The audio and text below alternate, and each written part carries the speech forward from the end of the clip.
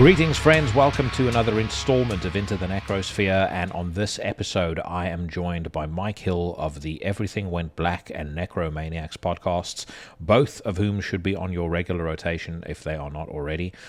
He's, of course, also the frontman of one of my favorite bands, Tombs, and he and I chopped it up about our top 10s of 2021, along with a number of other topics, including one which, if you're watching this on YouTube, you'll see I'm wearing a Sam Hain t-shirt. If you keep your ears peaked over the next hour or so, we may have touched on something that, if it happens, I think is going to be one of the highlights of 2022. And the year so far is off to an absolutely badass start already, because last week I was joined by Kelly. Great response to that episode, so thank you so much to those of you that made me feel so good about coming back. When you're a podcast that is, relatively small in stature, in comparison to, Joe Rogan or something like that, you kind of wonder sometimes if you go on holiday for a couple of weeks whether people are going to give a shit when you come back. But you guys certainly made me feel very wanted, and I really appreciate that. Shout out as well to some of the cool bands that I discovered through Kelly, who reached out to me and thanked me for featuring them on the show, and also wanted to come on the podcast. So hopefully at some point down the line I'm going to have the guys from Imperialist and the guys from Black Knife on the podcast.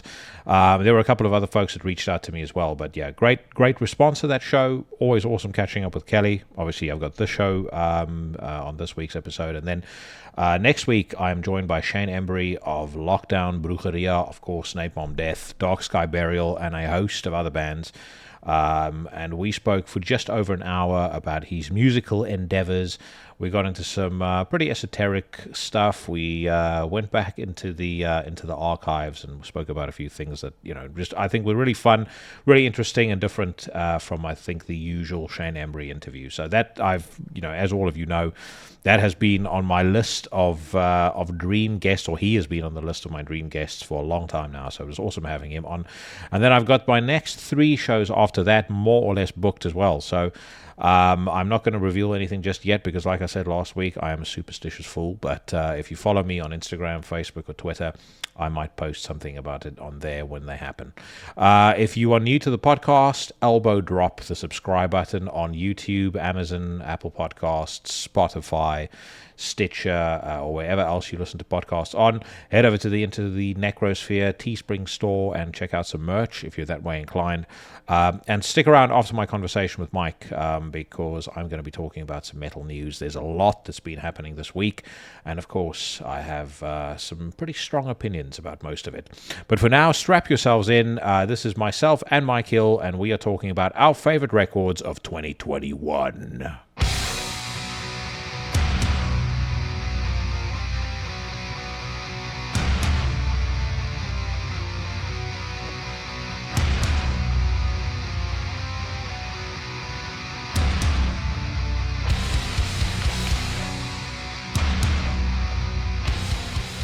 But yeah, in interesting flying, I would say if COVID has done anything, it's made flying less of a pain, because almost everything, I don't know whether you've what it's like in the States, but almost every single thing now is self-service.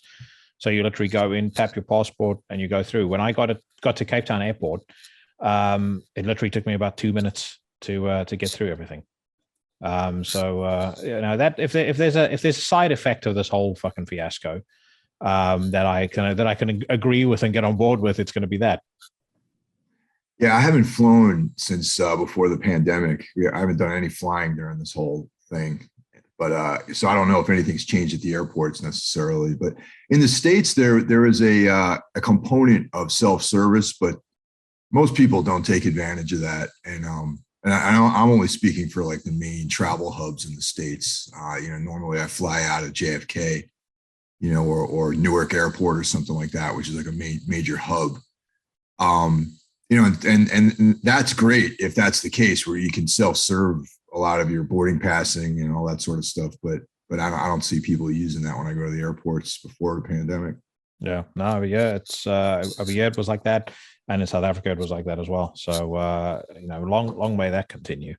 But dude, I've been keeping abreast with your with the developments on Everything Went Black, and I just an observation from me. You really feel it really feels like you're kind of attacking the whole thing with fresh energy. It's like it feels rejuvenated. I loved the Heavy Metal Thunder episode that you did with uh, Jeff, was it? No, Jay, that was Jay Bennett. Jay, sorry. Yeah. So I thought that was a great episode. I think all the episodes have been really, really solid. And you've launched your Patreon as well now. Yes, I have. And well, first of all, thank you. I mean, I respect what you're doing here with Necrosphere, and it's I'm in my opinion, my humble opinion, this is probably one of the only music related podcasts I listen to because of the quality, and you got great guests on it, and you're a good interviewer too, and you're able to have these like very, very deep conversations with people, and I get a lot out of that. So thank you. Oh, dude, I massively appreciate that. And yeah, I have panic attacks before every single one that I do. I'm always nervous. Like I'm always scared of that one interview that's going to be a total fuck up, with somebody that you really like and that you've looked forward to speaking to. But so far so good. But no, yeah, I appreciate that. I've been there. Like when I was doing Metal Matters, like that was pretty much a strictly, I would say maybe 90% of it was interviews, and yeah, there were definitely some people I spoke to that obviously I didn't know them, and I was a fan of their music and wanted to do a good job. So I would have these like very, intense situations before hitting record. You know what I mean? Like, am I going to fuck this up? Is this guy going to think I'm going to jerk off, or, that kind of stuff? Yeah. And that's also the thing. I mean, if you want to do something that's different to the norm, as far as what you're talking about, because which I want to do. I mean, I'm not really interested in talking about, why did you use this producer to do, the record, and why did you go for that guitar sound? That's also the thing. You kind of have to feel things out, and that always leads to the best kind of interviews. Like I got some really good feedback on the interview that I did with Jack Gibson of Exodus, but I mean, for the first 45 minutes, I was kind of like, okay, do I or don't I go in for a wayward question here? And then as soon as I did, he kind of opened up. But no, I thoroughly enjoy it. I've got some fucking cool guests lined up for the start of this year already, obviously, including yourself. So. But before we get down to Biznatch, what's happening with Tombs? Well, we're trying to do some road work this spring. Getting back out onto the road, and that's a little bit of a challenge. It seems like. I mean, this our agent came back with some sort of report on progress, and some cities are just not doing shows right now, and because of low attendance due to COVID, for smaller mid-sized touring, and the money's kind of weird, and I mean, probably it doesn't help that we're trying to book this thing during a wave, of COVID. But if you want to do a tour in April, you got to have your shit together now. You know what I mean? And but I mean, we have dates. They're coming up. We're going to be doing them. It's, I don't want to announce anything. Our mutual friend Katie will probably beat me up if I say anything about the tour before she does. Yeah. And but actually, I would say one thing. The other band that we're hitting the road with is another Season of Mist band in the States, so that should be fun. Yeah. And that's like the big push is to start playing live again. We played one show last year with Nuclear Assault and Sub-Zero and Sworn Enemy. It was like this pretty cool, like New York, just getting out there and having fun and playing, and it was incredibly great, and I had such a great time. And it was literally right after my COVID quarantine ended. It was like the day after the end of my quarantine, we played this show. How did that feel? Because man, like when I had my September bout of it, I was fucked for a good 2 weeks after that. Like just short of breath, and I kind of had this weird brain fog going on. What was it like being on stage after you'd gone through that? It was I definitely felt it, like, for sure, because like it kind of, like, I was vaccinated, so I got 1 and 2 vaccinations, and so that's probably, I didn't really get that sick, like for a couple of 3 days I was no fever, but I felt off. I was tired. I lost all my my sense of smell and taste and all that sort of business. But yeah, the fatigue is what kind of lingered. And on stage, it was like I definitely saw that my cardio had taken like a little bit of a hit, things like walking up the stairs to the practice space when we were loading out were a little challenging. And then in my mind, I'm like registering that. And I'm like, okay, man, on stage, you gotta like, let's stay calm, let's like try to like save our energy before we play and that kind of thing. So, I was able to play. I felt pretty good, but I was sore as hell, man. And a lot of that probably had to do with not playing for like a year, Yeah. No, I can imagine. I've only been on stage a couple of times, but I was talking to someone about this again the other day, and we were discussing a mutual friend of ours who had gone on tour. And prior to going on tour, I did say to him, "Look, dude, you need to hit the gym." And it was the first big tour he'd gone on. I said, "You need to hit the gym and get like road ready," because just from the little experience I've had of it, you kind of need to treat it like fight camp. Yeah, because if you don't, you're going to get to, night 3, night 4 of the show, and you're going to fucking collapse on stage, which pretty much almost happened to him. So I do concede, especially if somebody who moves around a lot. I mean, like you watch those old Guns N' Roses live videos, and you see Axl running around, managing to maintain, his voice more or less 100%. And I just like having been through it a little bit, or having got a little taste of it, I'm just gobsmacked when I see it now. I'm like, where the fuck did this guy get the energy from? Yeah, because he's not taking care of himself, really. Like he's not, running or eating right or anything like that. I mean, I'm thinking, what brand of crystal meth was he using to get to that? That's a good question. It's probably had something to do with it for sure. When you read the Guns N' Roses stuff, though, the Slash book and the Duff book and stuff like that, he seemed to be more into the booze. It was Duff and it was Slash that were, into the pharmaceuticals. I've never done like any hard drugs, but I imagine alcohol probably wrecks your system too, man. Yes. Yeah. I mean, if you're boozing it up every night and you're trying to like maintain some kind of level on stage, like that must be tough. And that's why I give him more credit, because he was, getting fucked up every night and still able to like, maybe it was youth. I don't know, because he was only like 28 years old when he was doing all that shit back in the late 80s, I guess. I mean, dude, we both mutually appreciate Bon Scott. He was very well known for being absolutely fucking leathered by the time he got on stage. So,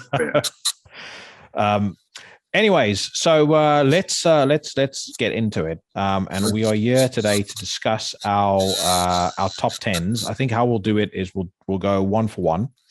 And I'll edit in a couple of tunes from time to time, just so people can know what we're talking about. So, shall we start with your number 10? Okay, my number 10 is by a band called Contrition, and they have a new record out called Broken Mortal Coil, and it's an independent band that you literally got to go to their Bandcamp to like order the records and merch from them. And it features Jeff Wilson, who a friend coincidentally, but he used to play in Macmystium, and he's in a band called Chrome Waves, and he has another band that actually appears on this list called Deeper Graves. And Contrition, it's just brutal, very, very aggressive grind. And if you're into that style of just like balls out grindcore blast beats, like indecipherable vocals, like fast riffs, this is definitely the record for you. Yeah. Jeff was so this was one that I hadn't actually heard. I was, I did mention this prior to you coming on the podcast. Like part of the reason I wanted you on is because I knew that there would have been a bit of a difference in some of the stuff that we had on. Not surprised we had a couple in common too, but this was one band I hadn't heard, and actually, in all honesty, I hadn't had the chance yet to listen to it. I try to get as many of the ones that you sent me as I could, but I sort of started higher up on the chain. But Jeff was in Tombs for a short time, or did he play as a session musician for you guys? Yeah, he was a fill-in bass player on a tour that we did back in 2017, and him and Ken Sorceron actually from Abigail Williams. Okay, awesome. They're both in the band at the same time for a tour that we did with Darkest Hour and Ringworm. Yeah. But it's quite a pedigree in terms of the people, that have been in, the bands these guys have played in, Usurper, November's Doom, as you say, Abigail Williams, Necrosphere. Again, having not kind of heard much of the record, is there kind of a hint of some of that darker black metal stuff in it as well? Because I it's interesting, hearing a lot of guys in black metal nowadays doing a lot of the stuff outside of the genre. They still kind of bring in a bit of that vibe, and I really like that, which is kind of why I ask. Well, it's funny you mentioned that, because I generally am not a grindcore fan, honestly. I mean, I like, Napalm Death, Phobia, the more metallic bands. Like I'm not really into the punk vibe, like the sort of when grind is like goofy, or they sing about pizza or something like that. That's not my trip. But so Contrition avoids all that, because I think Jeff is so angry and dark. The music definitely has like a darker tone to it, and the aesthetic of the band is definitely in that. You would look at it just visually, and you would, if you were into black metal or anything that's like negative or dark or heavy or nihilistic, it would draw you towards this record. So the tone of the record has like, angry, nihilistic, darkness, anti-life, no life positive sort of vibes, no pizza parties, like nothing like that. So, and like I said, I don't really listen to grindcore. I like a handful of bands, but most of it is a bunch of dudes who can't play their instruments, really, if you ask me. Yeah. No, I would agree. There's two genres I just generally tend to avoid, and that one is, for the most part, grindcore, and I don't really like kind of the gore grind either. I mean, I'm not 13 anymore, so I don't find it funny when, to constantly have to hear about, how this guy is going to hack a woman to death with a chainsaw in different ways. And I mean, like when people were going on about how cool Infant Annihilator was, that's the names kill me, man. I mean, I fuck around with some of that stuff, as you'll see as we go on down this list. But generally, that's not one of my favorite genres either. No, it's like much in keeping with my rant on Christmas music and fun in metal. I don't want any of that. If I want fun or jokes, I'll go and listen to fucking Flight of the Conchords. I'll listen to comedy music. I listen to metal because I want to have a certain kind of experience at a certain degree of intensity. But it sounds to me like Contrition is definitely that. So Broken Mortal Coil, number 10 on your list. Yep. Number 10 for me, and I don't know whether you spent much time with this, but this record absolutely fucking blew my mind. 1914, Where Fear and Weapons Meet. I am a massive, wouldn't call myself a scholar, but I'm extremely interested and always have been in World War I and II in particular. These guys are, I wouldn't call them the World War I equivalent of Bolt Thrower, because they as much as I love Bolt Thrower, these guys really are a bit of a step above that musically. In both in terms of kind of the complexity of their music, but they're also much more of a black metal band. But I was a big fan of really all their records. I particularly loved their first one, Eschatology of War, The Blind Leading the Blind, which they put out in 2018. I didn't think it was as good as Eschatology, but then this record came out. And really from the off, the album is just an absolute masterpiece. Features a guest performance by Nick Holmes of Paradise Lost, has a bunch of really cool samples and music from that era that they kind of throw in, which really sort of amps up the atmosphere a little bit the way that Marduk have done in the past.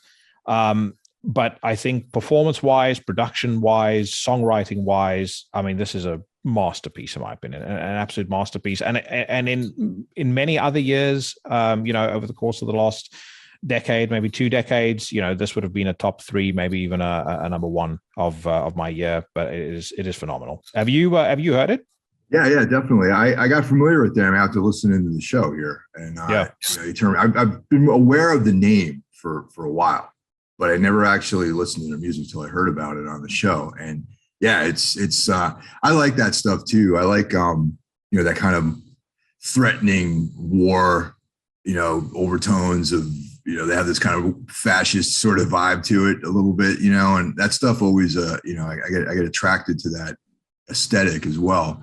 And yeah, they're a ripping band, man. I just have to get deeper into their, this record that came out this past year. And it's something that I think is a great album. I just haven't spent a lot of time with it, I guess. Yeah.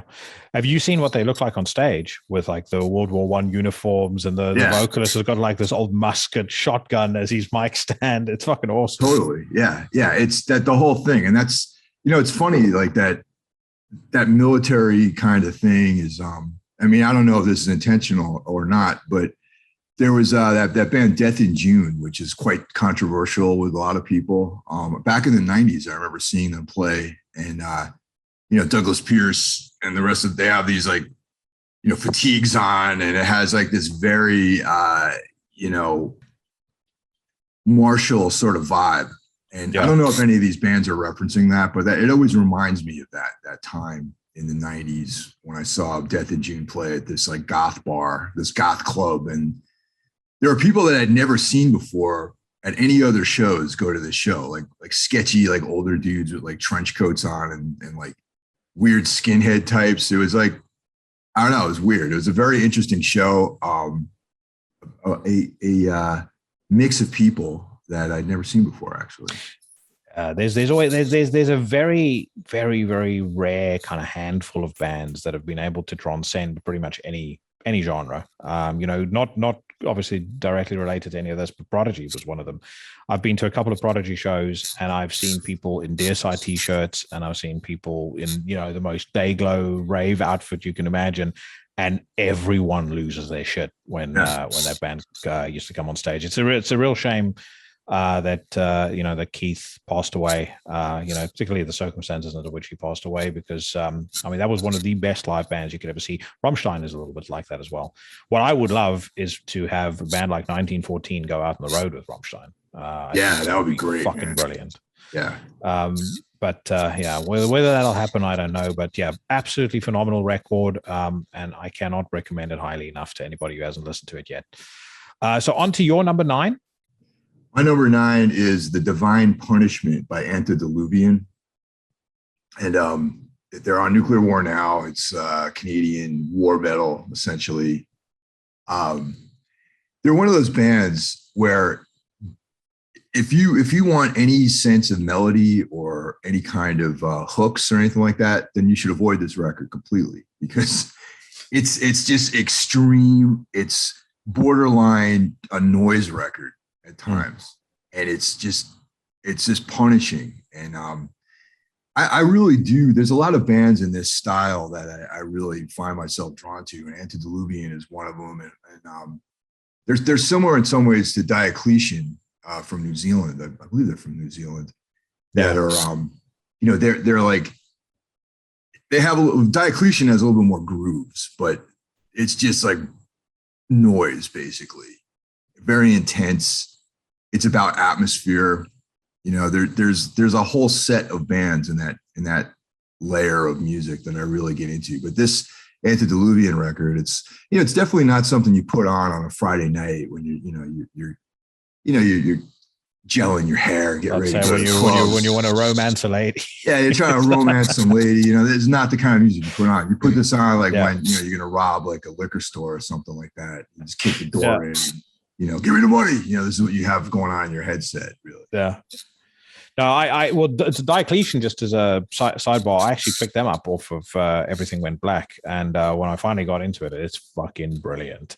But I think I think a lot of people will look at a band like that, and I think they'll miss how good you have to be to make a record that is that violent and kind of leaves that little margin for dynamics, and actually make it listenable. But there's a lot of bands that have done it, and there's very, very few that actually get it right to a point where you can put it on. You go through that intense experience, and you get to the end of it, and you go, man, I really want some more. Back in a few years ago, like in New York, there was there's a couple of attempts at having these like metal nights, in random bars around New York City, and always like on a Monday night or some weird time. So I was asked to DJ one of these metal nights, and I put on like a Conqueror track. I was like, Conqueror is another band like that, sort of in this vein, and I was like, well, I don't know, this might be a little too much for me. It was like made sense, you know. I put it on there with like, you know, Deicide and stuff like that. But when the Conqueror track came on, I was like, yeah, this might have been a little too much for some people. Yeah, you definitely like. I've DJed a couple of times as well. It's so great when you have the audience like properly engaged, but you always do like as you increase the salt and pepper, you do get to that point where you're like, oh shit, okay, I've lost them now. So I remember doing I mean, this was like when I was still in school. I was at some metal night, and like the crowd wasn't really getting into it, so I played a Nirvana track, and they were nuts. And then I played Fear Factory, and they just kept on going, and I got it all the way up to Christ Denied by Deicide, and they were fucking losing it. And I was like, all right, next up I put on Rapture by Morbid Angel. Gone. The whole emptied. People are like, oh wow. Me. Yeah, the thing you got to keep in mind too is like, even though it's a metal night, you know, at some bar that probably normally doesn't have that kind of thing, there might be some people who just wander in to just want to get a drink, you know, and hang out. Yeah, they don't know anything about what's going on really, and the bartenders, and they want to sell booze, so they want to make sure there's mad people in there who are like spending money. So if you're, you know, expressing your creativity by playing like Conqueror or, you know, stuff like that, you know, they want you to calm down a little bit, I guess, sometimes. Yeah. No, for sure.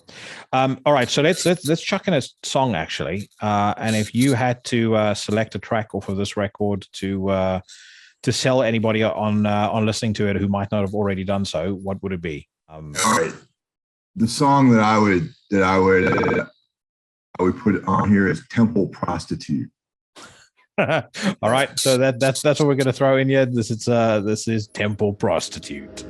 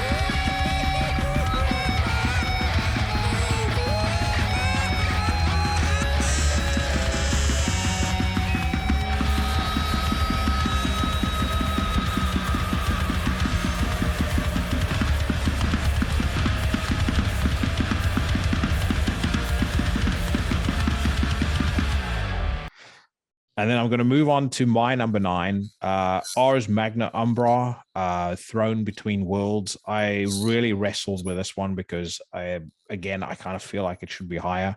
But there's just so many cool stuff coming out, or they came out this year. It was very difficult, but I'm a massive fan of this band, or actually this one-man project. They were on my, or he was on my best of list last year. And he's definitely on it this year. And I understand he's busy making new music, so most likely he will feature again in 2022. But I think what I loved so much about this record was every single thing that I enjoyed about the previous record, Apotheosis. The discordance, the melody, the atmosphere, the really kind of dark, almost sort of suffocating vibe that the music has. It's like he literally, if it were a soundboard of some sort, he literally just went and turned the volume, turned the dials up on everything. So you get everything that you got in Apotheosis, but every single thing about it is just sound better and just sounds more polished, more absorbing, and just makes you want to go back and listen to it again. Records out on I Voidanger Records. It kind of flew under the radar, and again, this was one of those albums where I think this is probably where I first started thinking, and I might even have mentioned it on the podcast, that I wasn't going to do my best of, on the wrong side of 2021, because there was so much cool stuff coming out towards the end of the year. I wanted to have an opportunity to properly listen to it and properly decide where things were going to go. But this is a well-deserving number 9, and like I said, in any other year, this would have been much higher. Yeah, it's a great record, man. And I heard about this band through listening to the show, actually, and it became a regular for me. And believe it or not, I put this on when I go to the weightlifting gym to lift weights, and I keep it on the headset while I'm doing my thing over there, because most of the music they play is unlistenable to me, at least. In these places. Yeah. No, I mean, I think at our gym, everyone has so many, there's so many people with headphones on. I think they've pretty much given up on the music. So they just let the radio play. But I tend to go between hardcore. So you mentioned Sub-Zero before, Lionheart is for sure on my gym playlist. I listen to music that makes me want to fuck people up, or I listen to like old rock. So, as I was very, very happily hitting my 350-pound squat yesterday for the first time in a while. I had Fly on the Wall by AC/DC playing, which I think also is one of the most criminally underrated AC/DC records ever. I don't understand why it gets as much heat as it does. I think it's fucking brilliant. Yeah, all those Brian Johnson records have something on them that are good, man, for sure. Like even Black Ice, like that late into their career, I still listen to the stuff like that came out later for them. Right. So Ars Magna Umbra, Throne Between Worlds, my number 9, and we move on to your number 8. My number 8 is Fear Nask. It's 7. That's the name of the band. Is Fear Nask. The record is called Seven Kinoma, and that's a Van Records release. German band, and there's a band. The thing I really enjoy about black metal is when they dip into like stuff like the Swans and Killing Joke and that kind of thing. And Fear Nask has like a very heavy duty Swans kind of vibe to it, where there's like some repetition and rhythms and that kind of vibe to it. And it's the songs are quite long on this record, so it's the kind of thing that you would put on and just sort of absorb, like on a day that you're home from doing whatever you do normally. And it has a lot of different dynamics on it. The songs all sort of blend together for me, so I usually listen to this as one piece. I don't like put one track on and put it as part of a playlist or anything like that, because the whole record creates like an atmosphere. And that's some of the stuff I really dig, is when it's this like piece of music that has like a beginning, a middle, an end, a climax. It feels like a journey. Yeah, it's very cinematic in some ways. Yeah, so that's what this record is like. Which, by the way, seems to kind of be a criteria when it comes to the A&R at Band Records, because they seem to kind of always gravitate towards those kinds of bands. These really kind of dense, massive wall of sound, atmospheric black metal bands where just one song, one 15-minute track drifts into the next. But they're for sure one of those labels where there's a handful of them. There's Deborah Morty, Season of Mist, Band Records. Those labels. Anytime anything gets released by them, I'm almost always interested. And this I did listen to this. I thought it was excellent. I didn't review it on the podcast, just for whatever reason. I think I discovered it probably a little bit late, and by that point there was too much other stuff to talk about. But totally agree with you. It's a superb album. Yeah, my co-host on Everything Went Black, Ralph Schmidt from Ultha, he turned me on to these guys a couple of years ago, and ever since then I've been following what they've been doing. Yeah, well, and also proof that the German scene continues to be, unbelievably strong. The whole world, I think, as far as particularly black metal is concerned, I think that's one of the things that I love most about black metal is the distinct vibe in each of the scenes. Like we talked about Ars Magna Umbra, being from Poland. There are so many fucking great Polish bands. Oh yeah, you would think that they train them in school to slap on the corpse paint and play guitar and scream. We spoke about Canada. There is an extraordinary number of awesome bands in Canada. The US scene is great. Never, in my view, it's never been as strong as it is right now. You've got France, you've got Germany. It's just one awesome scene after the other. But what's great about it is they kind of all have their own distinct vibe and their own distinct style too, which kind of makes it even better. Yeah, no, I think you're right. And in the States, I feel like it's even more regional too. It's like some, West Coast versus East Coast versus South, versus Midwest, like all that kind of stuff. Yeah. Okay, so my number 8 is a record by a Chechen band called Inferno. They put it out on Deborah Morty Productions. The album is called Paradigma. I believe that it is their 7th full-length record. But you talk about an album that is a kind of a journey from start to finish. This is just, from the second that I heard it, it had the same vibe to me as Exuvia by Runes of Everest, which is one of my favorite records of all time. Even though the songs aren't as lengthy and the album certainly isn't as lengthy, it's only 35 minutes long, which I think is the one drawback of the album. I would have loved for it to be at least 20, 30 minutes longer than it is. It almost feels like it should be. But for the time that it's playing, it is fucking phenomenal and unlike anything that you have ever heard. And it's a Deborah Morty Productions record, probably one of the finest things they put out this year in a list of many. Anything? Oh, have you heard this album? You familiar with it? Yeah, definitely. But once again, like you touched on this, is that there are so many great records that came out all year, really, and it's like one of these things almost on a daily basis. Like, you would get recommended stuff on, if I use Apple Music. So, you listen to a record and then another similar artist comes up, and Inferno came up, and I'm like, man, this is great. And I only listened to the record like maybe 2 or 3 times all year. And it's like, I got to get back to this. And it just, lack of repetition is why I didn't get deeper into it. But it's something that I think is an amazing album, though. Mm-hmm. And I think it potentially also wins the award for one of my favorite tracks, like individual tracks of the year.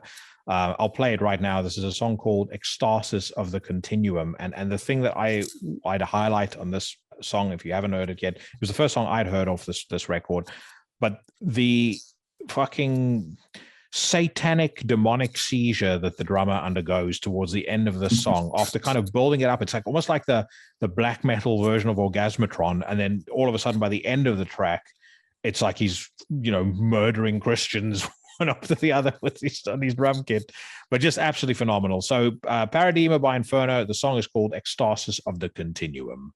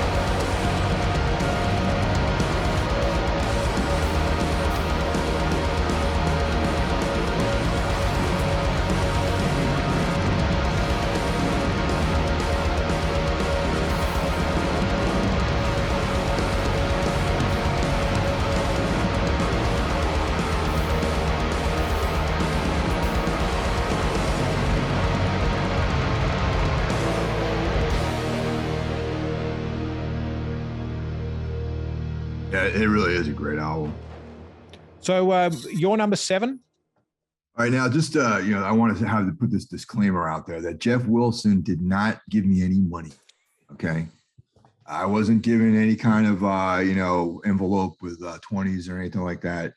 But my number 7 is Open Roads by Deeper Graves, which is another Jeff Wilson band, and it's a different, I would say, more post-punk kind of post whatever. I hate that term post, but it's a more emotional sort of vibe on this record, and it's not so angry, but it's still very dark, and it's so to describe Deeper Graves, I would say it's if you crossed Bauhaus with a Circle of Ouroboros, that is kind of the direction that this band is in.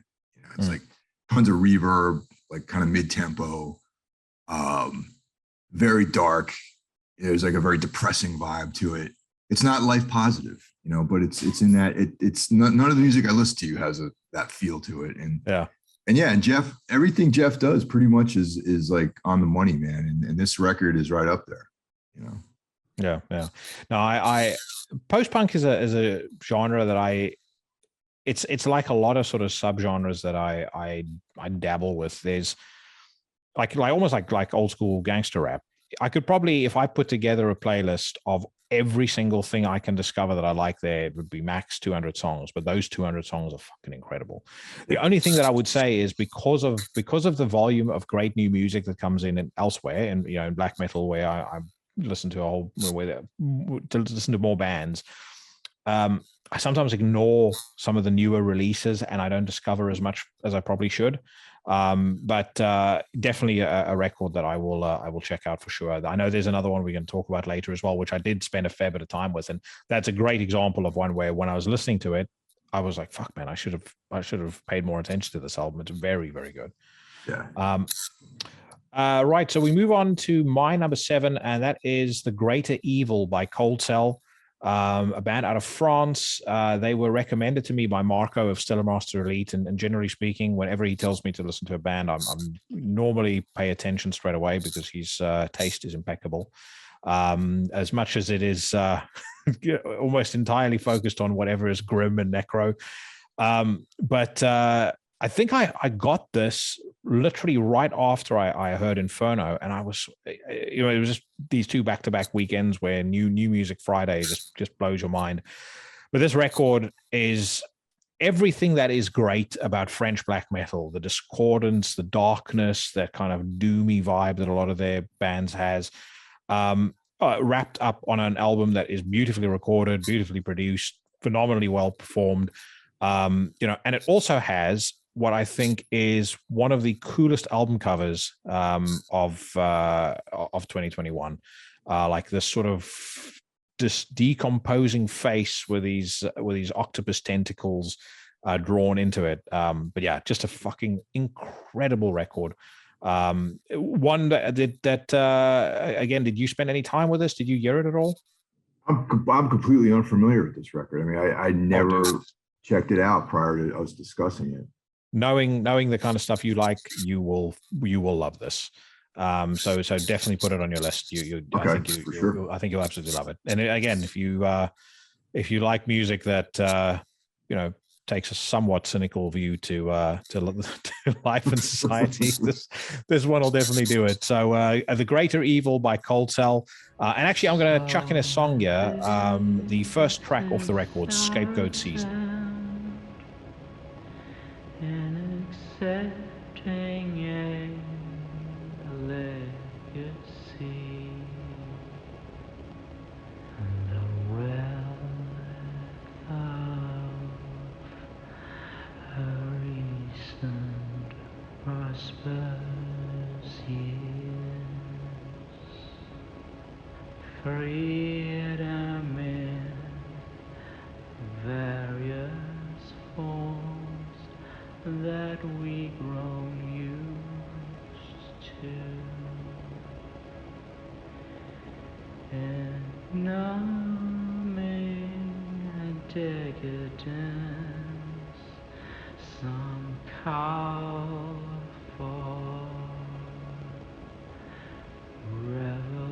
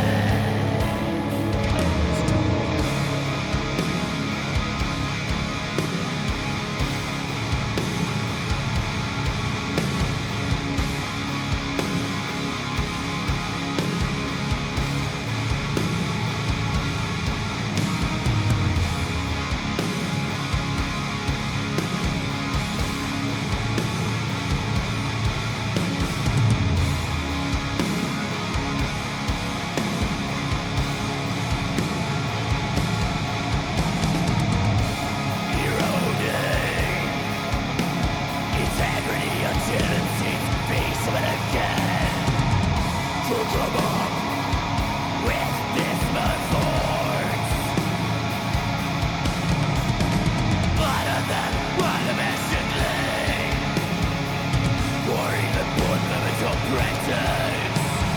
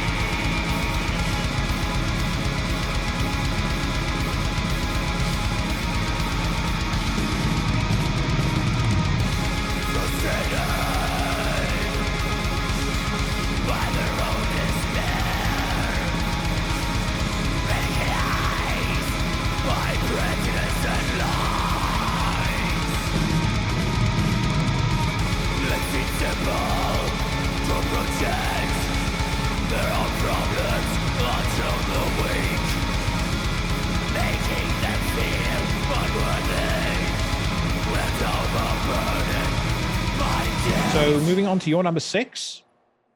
Well, this is where we had some overlap in our list here. And my number 6 is Thrown Between the Worlds by Ars Magna Umbra.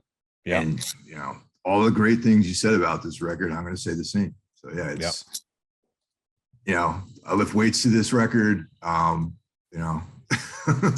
along in that department, but, these guys are great. Huge. How long?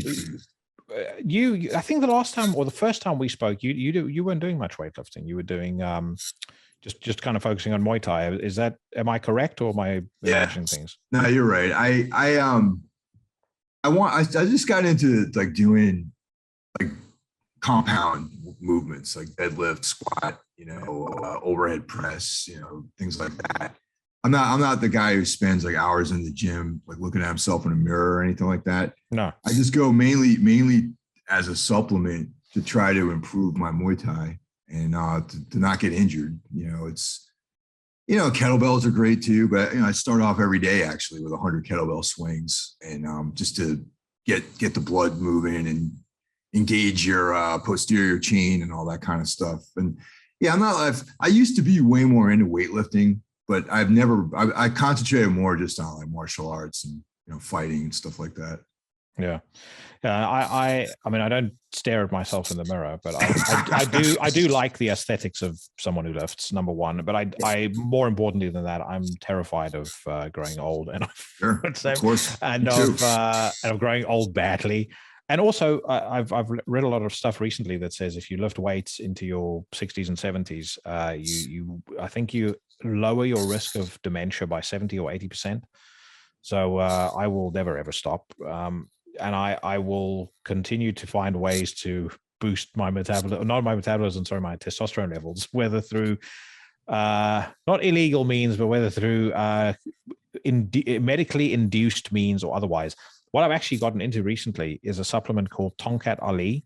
There was a guy on Joe Rogan that was talking about testosterone optimization, and he mentioned this as somewhat other root or herb or something from Indonesia that they have seen, will put up, will increase your testosterone by 150 to 200%. Wow. I've been taking that, and I'll tell you something, I've never felt fucking better in my life. Yeah, send me a link to it or something like that. Yeah, I will. It's fucking awesome. Absolutely awesome. Like my sleep's better, my weightlifting's better, just everything's better. Anyways, right. So moving on to my number 6, Code, the Flyblown Prince. I have been a fan of Code since Nouveau Gloaming, and I'd actually met them when that record came out, and actually then fortunately got to do an interview with them again later on for this record. But this album, if you're a Code fan and you like the avant-garde stuff that they've done, but you also kind of like the black metal side. I think this is the record that they did that best strikes the balance between the two. It kind of has some of that, sort of Pink Floyd-esque weirdness, particularly on a song like From the Next Room. But then it also has, probably some of their heaviest and some of their most aggressive stuff, but in very much delivered in the unique Code style. And I would say, with the exception of Resplendent Grotesque, which was a 2009 record, which and is my favorite Code album, I think this is probably the best thing that they've ever done. I think it is absolutely phenomenal. And it was so crazy talking to Aort, and almost he almost downplays how good the music is that he puts out. Like I don't think he has any conception of how into this band people are. But I kind of got a sense of it. Anytime I spoke about them on social media, people went nuts. And when I posted that episode, I think it got 2,000 views on YouTube in the first day. So there's clearly an audience for them. But now, like I said, Fly Blown Prince by Code, absolutely fucking incredible. Have you listened to it? Yeah, I have.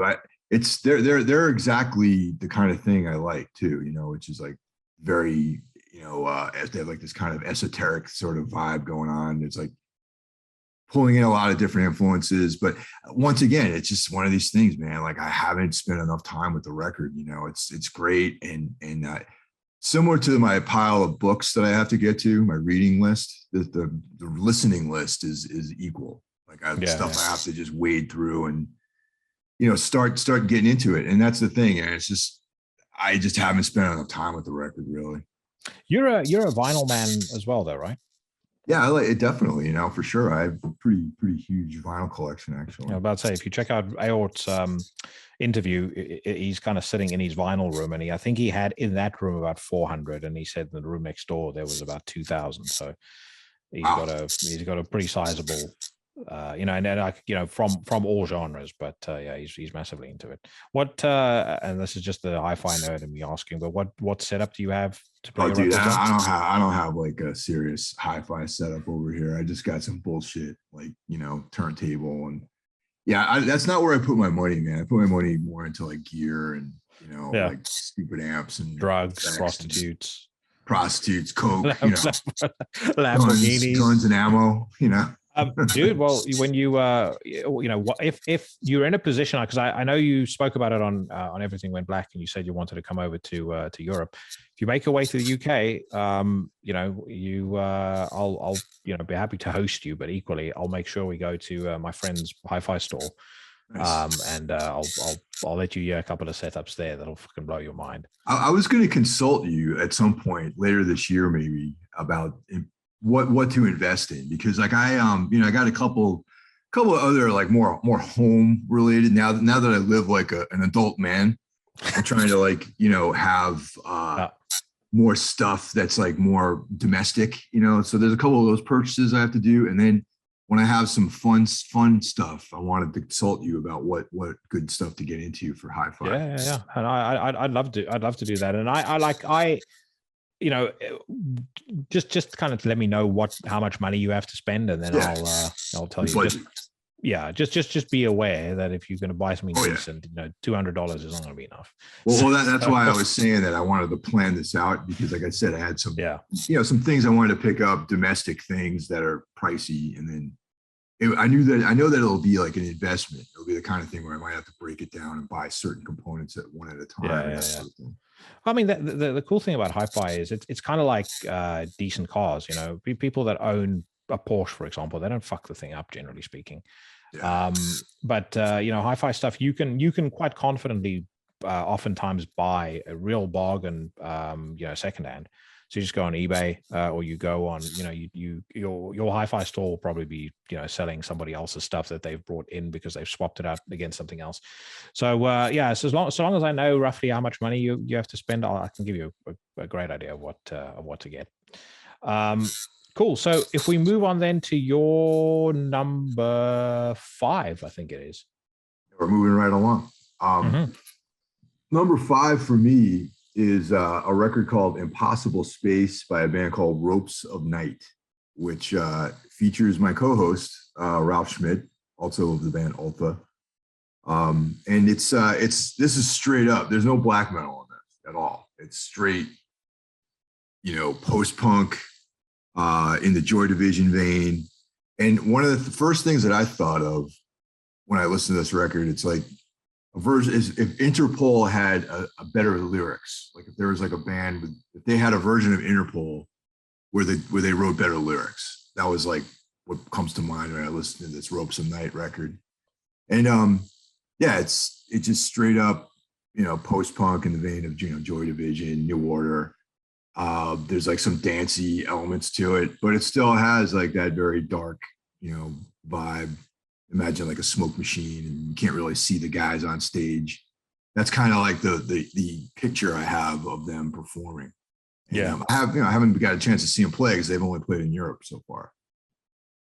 yeah. This was one that I spent a fair bit of time with when you sent me your list, and I was really impressed by it. I mean, I'm a big fan of particularly kind of 80s goth stuff. So Yeah, like Joy Division, Sisters of Mercy, I love all that sort of stuff. And I heard particularly Sisters of Mercy and Joy Division on this record. But I loved it. I mean, start to finish, I think it's excellent. And it's what I said earlier about I like this kind of music. I just very oftentimes will not dismiss it, but kind of deprioritize new releases coming out like that. And it's which is what makes these end of year episodes so much fun, because you always end up discovering shit that you hadn't heard before. But love it, absolutely love it. And you can it's Ralph singing like no, it's not Ralph singing. Actually. Is it not? No. Like, I literally I think I listened to it straight after I listened to an episode of your podcast, and I was like, that sounds exactly like Ralph singing. I thought the same thing. I just made the assumption that it was him. No, I thought the same thing, because the guy that sings in the band, like Ralph's speaking voice sounds consistent with this dude's singing voice. So yeah, to me, but it's not. I was shocked. Yeah, no, top-notch stuff. I absolutely love it. Okay, so if we then move on to my number 5, my number 5 is Dread Sovereign's Alchemical Warfare. It's their second record after All Hell's Martyrs, which was put out in 20. All Hell's Martyrs was their first album that was put out in 2014. They then did For Doom, The Bell Tolls in 2017, so this is their third record. I'm a very big fan of Primordial. I'm a very big fan, as everyone knows who listens to the podcast, of Alan Averill. He's a guy I keep in touch with on a fairly regular basis. Dread Sovereign was an album I'd slept on when I first had Alan on the podcast. I went back and I listened to it, and like for a period of time, I was like, "This is going to be my favorite album of the year." I made a joke with him, and I don't know whether he was insulted by it, but I called it on a podcast we were on, Ghost for Grown-ups. I would say that was being facetious. It's not Ghost for Grown-ups, but it is kind of a celebration of Merciful Fate, Venom, Motorhead, almost like the Heavy Metal Thunder podcast that you did. That there's just that certain era where music was a little bit more dangerous, but in some bizarre way, not just more dangerous, but more convincing, but somehow more life affirming. And there's something about this record that feels to me like a celebration of everything that I grew up with, and everything that everything that kind of influenced me and inspired me to kind of go down the track that I did. And you mentioned Bauhaus. There's even kind of a hint of that on this record. I think the song is called Her Master's Voice. But I just think it's Alan being creatively very free, and putting together a record that is just stunningly consistent and spontaneous, and the more I listen to this, the more I love it. And the other thing that I love about it is you can put this on in any circumstance. If you want to, intensely listen to it, fine. If you want it on in the background, fine. It's great music to drive to. It's great music to train to. It is just a fucking phenomenal record. Yeah, it's a good one, man. I heard about it when you had him on. I wanted the episode that you had him on as a guest. He spoke about this band, so I looked it up, and yeah, it's cool. And for the reasons you mentioned, I like it too, because I'm a huge fan of, I did that episode with Jay Bennett where we just went real deep into like that late 70s, early 80s hard rock, UFO, scorpions, like that sort of thing. And I hear a lot of that on this record too. Yeah, no, it's awesome, and I like the satanic thing that he threw in there too. I like that. There's another band that I'll talk to you about it offline, because I suspect I've already heard my 2022 album of the year, but they do that satanic thing really, really well. But by the way, you mentioned to me offline that you hadn't heard as much of Primordial stuff. Definitely need to change that, but start with their last record, Exile Amongst the Ruins. It is fucking incredible. I saw them play. We played the same day at Maryland Death Fest. I don't know, like maybe 6 years ago. So I saw them perform, and I was like, yeah, this is definitely cool. It's just one of those things, man. It's there are certain bands, even from back in this era, that everyone listens to that I just didn't listen to for some reason or another. Yeah. So I don't know if I can edit this out if you want me to, but I just bring up again the discussion that we had about this, the Tombs Sing Sam Hain cover album. That I think that would be the fucking coolest thing ever. Sure, because you did such a great version of The Shift. I thought to myself, like, there's so many other songs that you would sound awesome doing as well. Yeah, no, you want to talk about it now or after we do the list? No, we can talk about it now. All right, yeah. I like your idea of doing this tribute record to Sam Hain, because you and I have been talking about how people kind of like sleep on them because of the Misfits being such a commercial force these days, especially with the live, playing live with Glenn once again, and Danzig himself being still active, and the band Danzig, sort of, people know Danzig as Danzig. They don't know that little weird punk band that he did called Sam Hain. And you mentioned that you liked our cover of The Shift, which strategically was released around Halloween, because that's like a Halloween song. And that's a possibility, man. I got later today at practice, and I'm gonna run it by everybody in the band. And we're all New Jersey. Well, I'm not a native of Jersey, but we all are in New Jersey, and Sam Hain's we claim Sam Hain as a band. So all those guys are way into Danzig, Misfits, and all that. So I think it's a possibility. And the more I think about it, it might be this cool, like, digital with a cassette, like a cassette release or something like that, and people listen to cassettes, it seems like, these days. Vinyl, it would come out in 2024 probably at this point. Vinyl is so backed up. And so I love that idea. I'll cover Sam Hain all day long. That's my favorite of Danzig's bands, actually. Yeah, I think you could do a really cool kind of retro thing with it. So I like the idea of the cassette.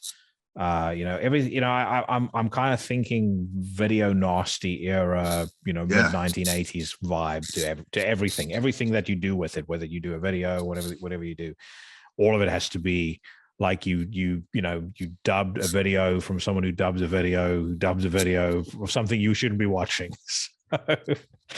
So that's kind of my idea with it. But yeah, man, like I said, there's so many cool songs you could do. I mean, the Howl is the main one. Like, if I can hear you do that, I think you guys could do an amazing job of that song.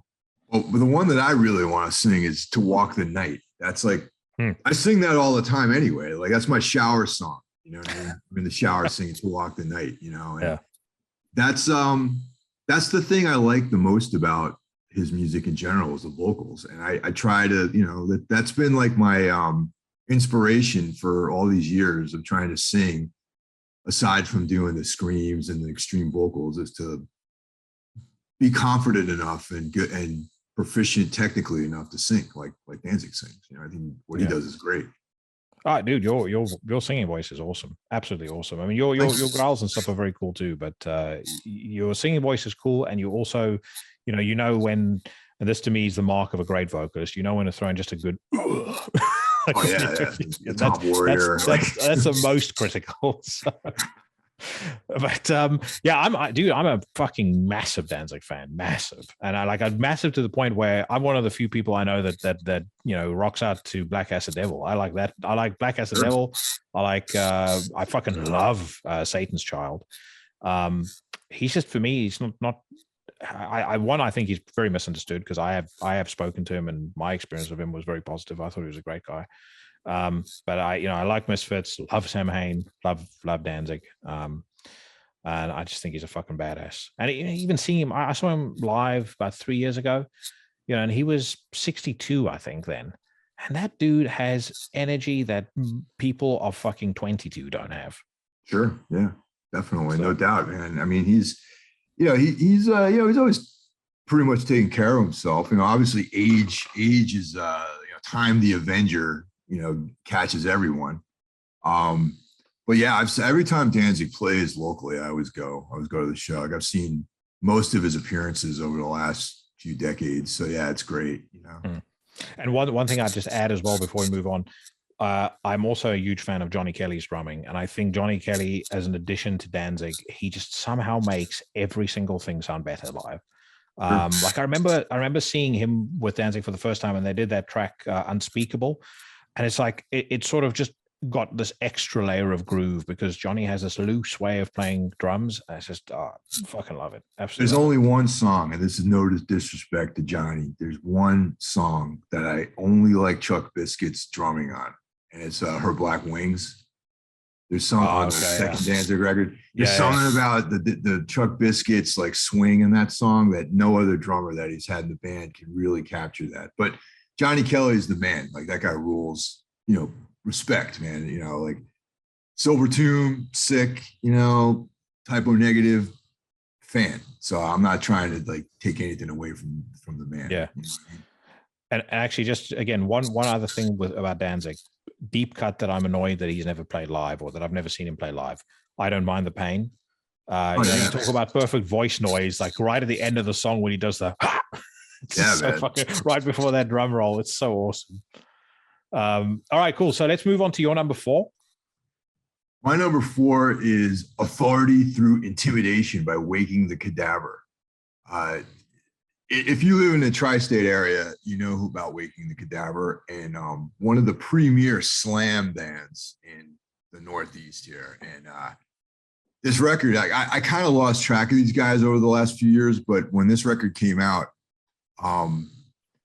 at the practice space, we were talking about this album, and because a lot of some of the guys in my band know these dudes really well, and I was like, I haven't listened to Waking the Cadaver in a while, so I checked it out, and it's like the production sounds great. I have no idea what the vocals or lyrics are about. I just love the brutal slams on this record. He's like complete knuckle dragging, ignorant. You just think about dudes drinking 40s like behind the Wawa parking lot, and just doing violence. You know what I mean? Yeah. This was like when I spoke earlier about fuck you up music. I mean, this is like as soon as I saw that title, Authority Through Intimidation, I was like, I know I'm going to like this. And then you listen to the record, and it's just one. I mean, like if they could somehow transfer male testosterone to CD, that's what they managed to do. Yeah. I mean, it's like a celebration of toxic masculinity. That's a great. That's if I were to write a review of this record, I would use that line exactly as you said it. Yeah, it's like brass knuckles, knives. Like you think about it's like not a gun band. You know what I mean? No, like, there's no handguns. It's all sketchy, like shivs and like brass knuckles. You know what I mean? That's the kind of violence these guys are into, I think. Yeah. No, I fucking love this record as well. I'm going to throw on a tune, first track off the album, actually, Civic Assault.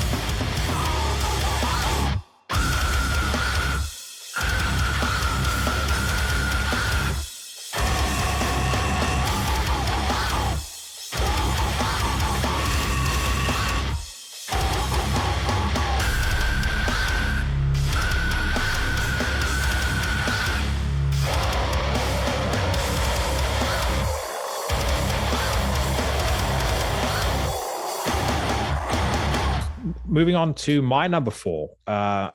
I think a band that has, in my opinion, there's been a couple of bands in the death metal genre who have done this recently, where it's kind of the old guard almost stepping up and going, all of you new guys with your tech death and your fucking sterile anodyne space nonsense that you're doing, let me show you how death metal is supposed to sound.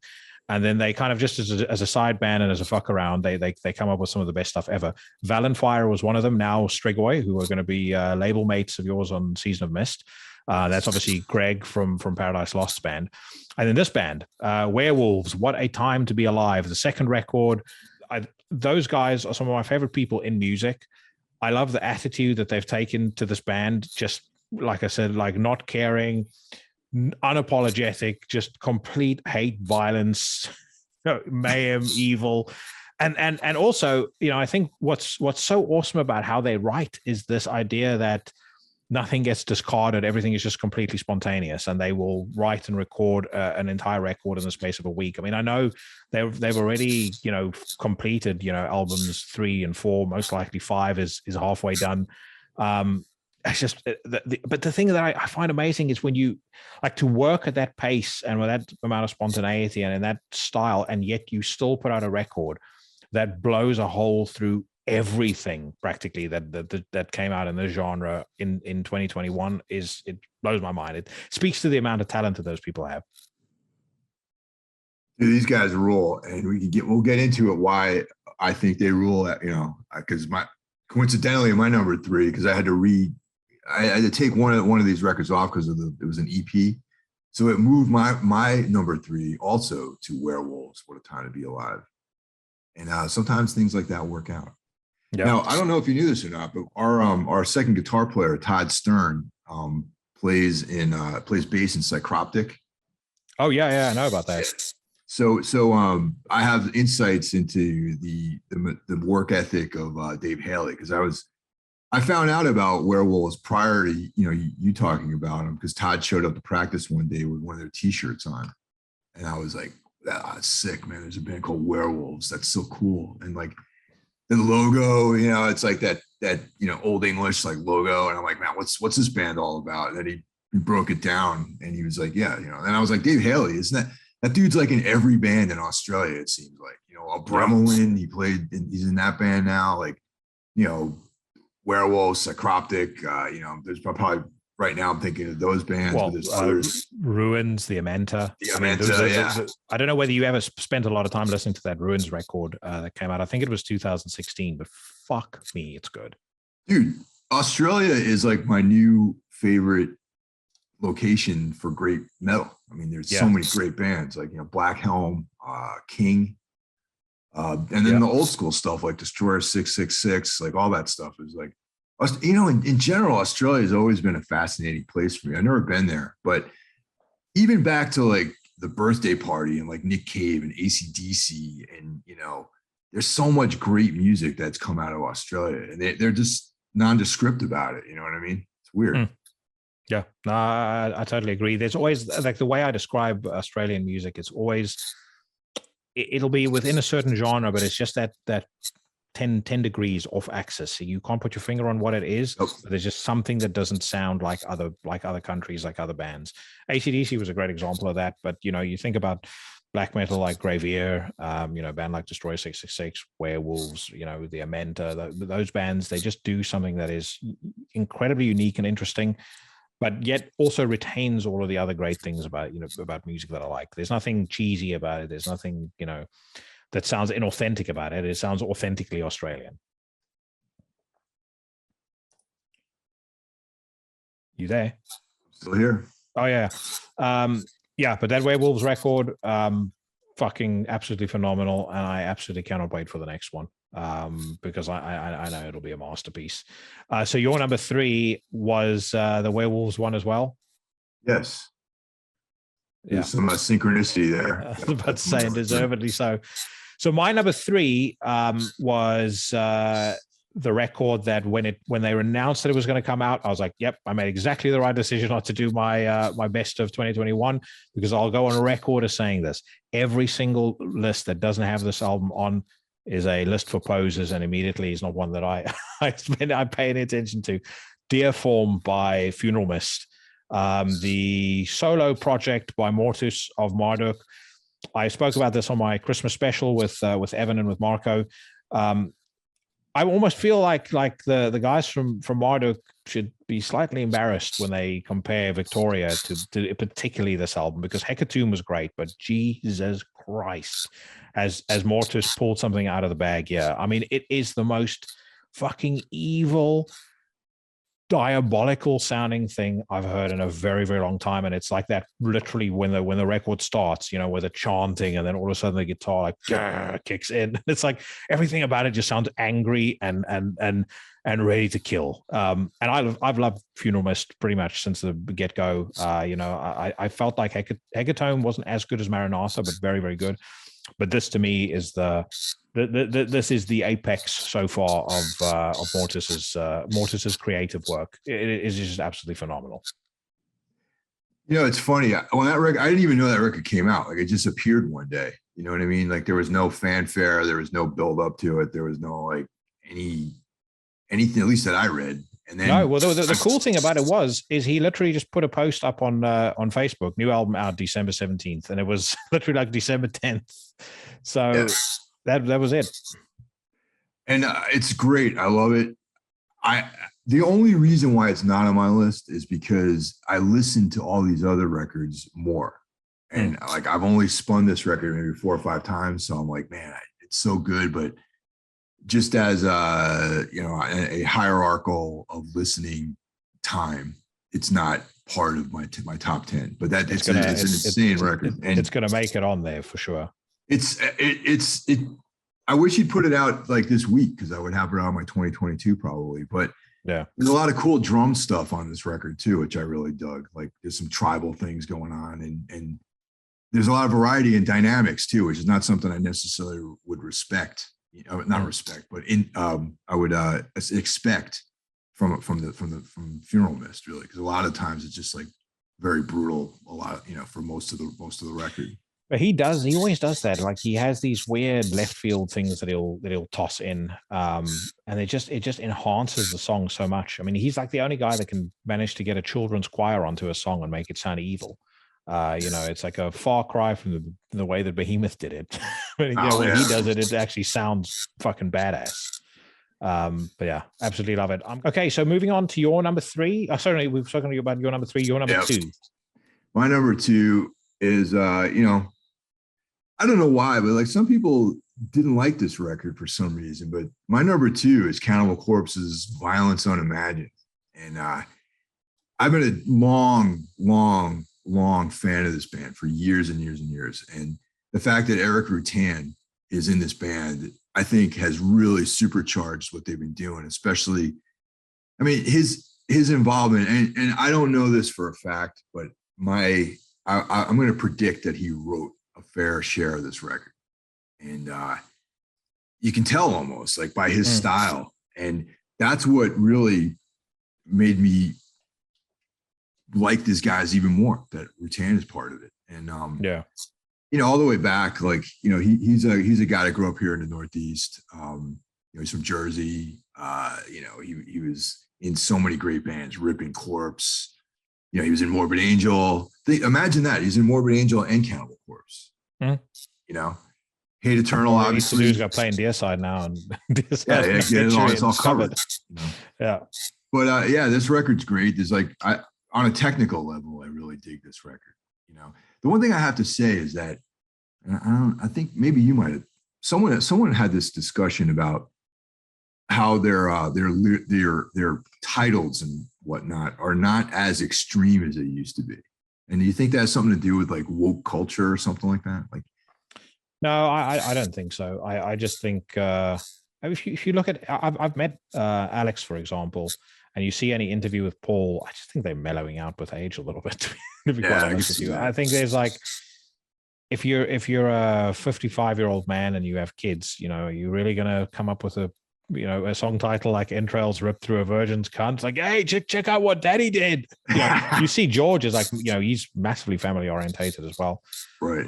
I just think they're mellowing with age in the lyrical sense. Anyway, I think in terms of music, I agree with you. I mean, I personally think this is the best thing Cannibal Corpse has done. My favorite Cannibal Corpse record, and I've been a fan of theirs for years, and I know this isn't the popular choice, but my favorite Cannibal Corpse album, certainly with George on vocals, is The Wretched Spawn, and I think this is the best thing they've done since The Wretched Spawn. Yeah, no, this is great. I'm going to see them. They're playing next month actually out here, so I'm definitely going to go to that. Yeah, no, top-notch record. It's not on my list, but it would definitely have been in honorable mentions. And I mean, I actually have quite a few honorable mentions that I'll rattle off before we get to number one real quick. But yeah, Cannibal Corpse definitely on that list. And I agree with you. I think it's a top-notch record. If you're a Cannibal Corpse fan and you don't like this album, then I mean, I don't know. I don't know what to say to you. I don't know what to tell you. Yeah. Okay, let's move on to my number two. So I knew this would be a record that would be high up on my list. And honestly, between 1 and 2, it was such a fucking difficult decision. Honestly, between numbers 1 through 4, it was really, I suspect my view might change depending on my mood at the time. Number 1, maybe I'm a little more decided on, but I mean, this really, like I said, could easily have been number 1. Breaking the Trauma Bond by Voices, the follow-up to Frightened, which came out in 2018, which was the sequel in turn to London that came out in 2014. I still think London is the best thing that Voices has ever done, but fucking hell, Breaking the Trauma Bond comes so close. I think it's one of the best vocal performances I've heard out of Sam Loynes and Peter Benjamin, kind of share vocal duties on this record. I think David Gray on drums, again, it's one of the best things that he's done in terms of variety, in terms of technicality. And then all of the stuff that we've spoke about that we almost like, black metal, post-punk, Killing Joke, some of the sort of gothy stuff. All of it is just kind of comes together on this record that just sounds so beautifully cinematic. The first track on the album, for example, A Field Without Crows, I mentioned it when I had Peter and Sam on the podcast. It kind of reminds me of Johnny Greenwood's scores, in that it's very dark and very somber, but there's like a real beauty to it as well, like a I hate to use the word, but a sensitivity to it. But yeah, I adore this album, and I'm so excited about what the future holds for them, because I know they've already started work on the next record, and I know they're super excited about that too. But if this is the groundwork they're laying for what's to come, it's going to be phenomenal. I was actually going to put this in my top 10, but I knew that you were going to have this really high on your list, and we already have some. We have almost too many of the same record, I think, to make it interesting. Yeah. So I intentionally left this one off, but it's a high honorable mention, even though honorable mention doesn't really give it the juice that it deserves. You know what I mean? Yeah. And I'll get as a tip of the hat to Peter and Sam, and I think Werewolves does this really well too, and it's something that it's a big deal for me. I often talk about it on the podcast, is how vocals are phrased and the rhythm in somebody's voice and things like that. A phenomenal example of just those subtleties that they do so well on that track that I just mentioned, A Field Without Crows. The opening lines, pull the smoke back, awaken the nightmare, bring back the daydream, and then like suffer in, and then like loneliness. It's just, I mean, that's the kind of thing where I feel like a 13-year-old hearing, Guns N' Roses, or hearing Pantera for the first time again, or a fucking 9-year-old hearing AC/DC for the first time again. And I think with a lot of things in your life as you grow older, the novelty of it wears off. You don't get as excited about it as you used to. But that's the thing that I love so much about music, is I can still feel like a little kid again. And time and time again, no matter how old I get, I'm 41 now, but I could still hear that Voices record. And when I heard that opening part, it was just like the 9-year-old in me was like, fuck yes, But yeah, absolutely extraordinary album. Okay, so before we get to number ones, let me just do a couple of quick shout outs to quite a few honorable mentions, and I'm going to toss in a couple of EPs here as well, because I know I told you I don't want to include EPs because it was hard enough getting the list down as it was. But honorable mentions, that in any other year would almost certainly have made my list. Heathen Deity, True English Black Metal, Dephod, The Lengthening Shadow, Suffering Hour, The Cyclic Reckoning, Mesotheist, For the Glory of Your Redeemer, Goldsverd, The Humming Mountain. I know that was your favorite release of. Yeah, Let's pause on that, because I don't know how we're going to make this happen, but we have to at some point get you and Gall to do a track together, because I think it would be fucking awesome. I mean, I've been a fan of Galds for decades at this point, it seems. I mean, probably when the first Gorgoroth stuff came out, it's been over like 15 years, maybe. Yeah. And he's such a fascinating guy too, and I like that all of his bands have a different sound and there's a different vibe, and particularly the Goldsverd stuff, it just resonates with me, man. All that stuff I think is great. I think it's phenomenal, and that Ghost Invited album is incredible. I hope that we will soon hear a full length Goldsverd record. But The Humming Mountain, I think, is fantastic, absolutely fantastic, dude. Katie mentioned this to me offline and said we should all go up to Norway. I think it's the Inferno Festival that's in Bergen, and then we go pay Carl a visit at his gallery. And it is at that point that I'll say, if you want this very, very fancy bottle of wine, you need to get Mike to be on a song with you. Yeah, I don't know if you'd want to work with a guy like me, man. I don't know. We'll see. That'd be great. But that's in summertime, man. Hopefully by then, where I honestly, man, like I'm cool with like traveling and do what you got to do. I'm not afraid of getting sick or anything like that. So I'm down to go. I like I said, I'm planning to go to England. Yeah. Yes, I am actually. I'm thinking about the whole trip now to go to Europe. Just like on tour, fly into London, hang out with you, fly into Hamburg, meet up with Ralph, and then we all go to Norway after that. Yeah, that'd be fucking brilliant. So a couple of other quick shouts. Goat Torment, Forked Tongues, label mates of yours, brilliant band, brilliant record. Enforced Kilgrid, Erdve, Sovagala, Modern Rites, Monuments, Light of the Morning Star, Carnal Noir, Thundering Hooves, Vestiges, Ghostbath, Self-Loather, a real surprise for me this year, Whoredom Rife, Winds of Wrath, The Silver, Ward of Roses, Forest, the self-titled record, and then Wolves in the Throne Room, Primordial Arcana, great record as well. But yeah, those are my honorable mentions of 2021, and that then brings us squarely to our number ones, which, unless I'm mistaken, is and this was not coordinated, colluded. There were no perfect calls made beforehand, no quid pro quo, but it just happened to be exactly the same. I shall leave. I'll give you the honor of saying the album name and the band. Well, thank you, being the guest. I appreciate that. This record just blew me away, man. Revelator by the Amenta. And I put this on. I listen to this record almost every day, to be honest. I have since at least for a couple of tracks, even maybe not the entire album. It's the kind of thing where if like I'm traveling, going somewhere, getting in my car, I'll put it on. After work, there's that, mostly I'm working home right now. So there's that cool down period after work where, you just have a cup of coffee and just chill for a minute.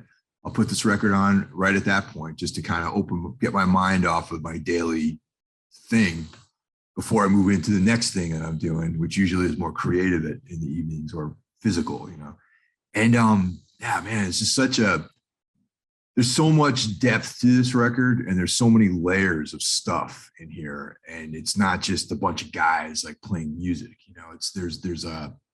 there's an intensity, there's a lot of depth, and you can tell the vocalist is very much into different stuff. And that's kind of like, I'm not saying we're similar, but I mean, I'm interested in other things besides extreme vocals. And that comes across with the Amenta, that there's a freedom to explore other things that are maybe outside of the genre. And those are always the bands that I really, gravitate towards. And just referencing the Galdsveard record too. That once again, that's another reason why I think I love that record so much as well, because there's a freedom to break the boundaries and go to other places and absorb other things and bring that into your music and then create something that's original. Yeah. So in some ways, like the Galdsveard record would have been my number one if it was an LP. So these two in that sort of creative atmosphere are related to me, at least. There's like just about freedom and lack of boundaries is essentially why, the Amenta is like becoming one of my favorite bands, actually, exploring their other material as well. Well, so I have spoken about it on the podcast before. I wrote way back for Chronicles of Chaos a very, very gushing review of Ocasis, which was their first record in 2004. And then I wrote another very gushing one for Non, which was their next record in 2008. So I've been a fan of this band for years and years and years. And I was firstly absolutely stoked when I heard that they were going to put out a new record.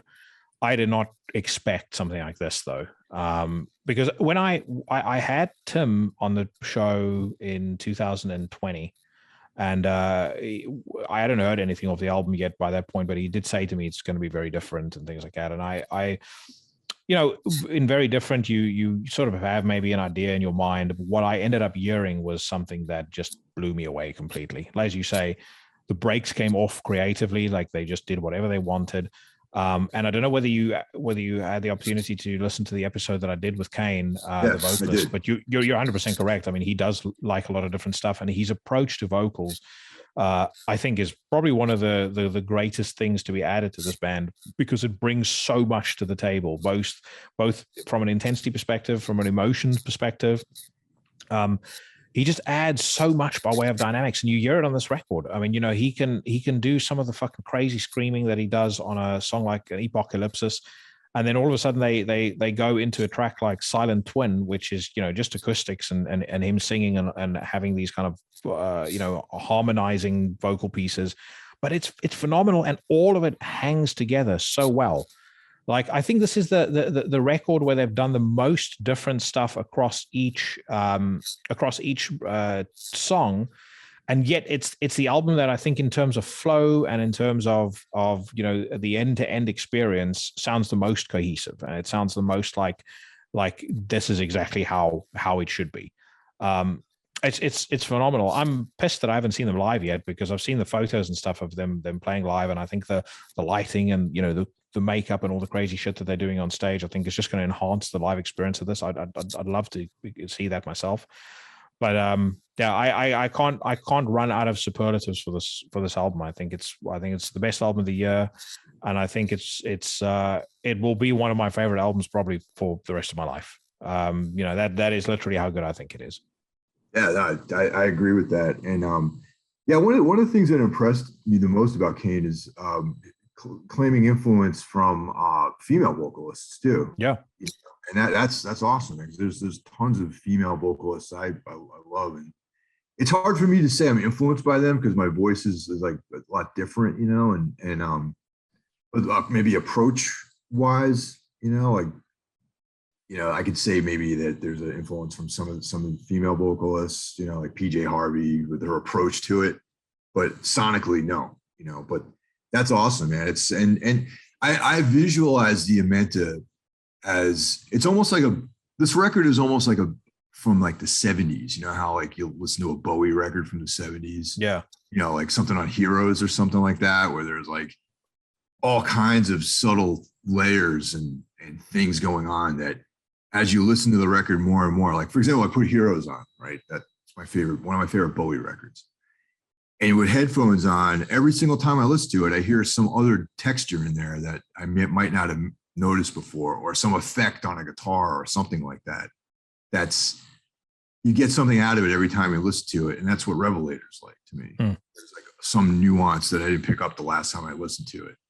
And yeah, it blew me away, and it's inspiring too, man. It's, for me personally, as a guy who writes music every now and then, I think it's kind of kicked me in the ass a little bit too, to come up with my own ideas.